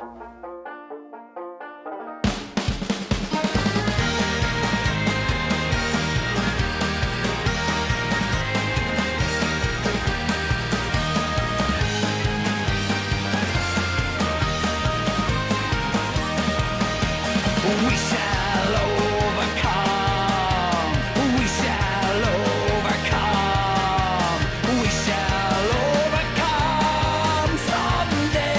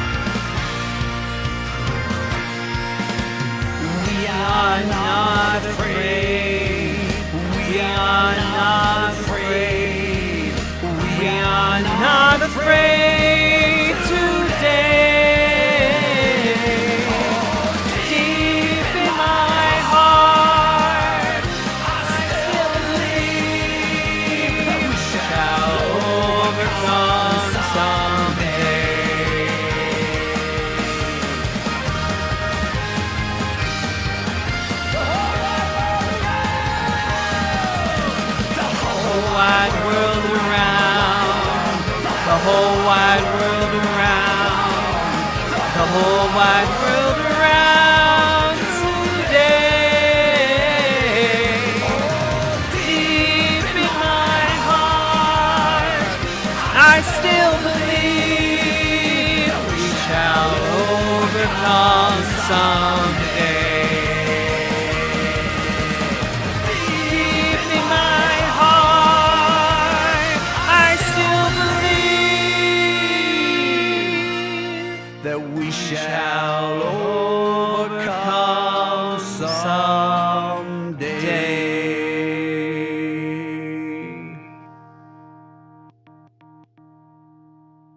Good night, everybody.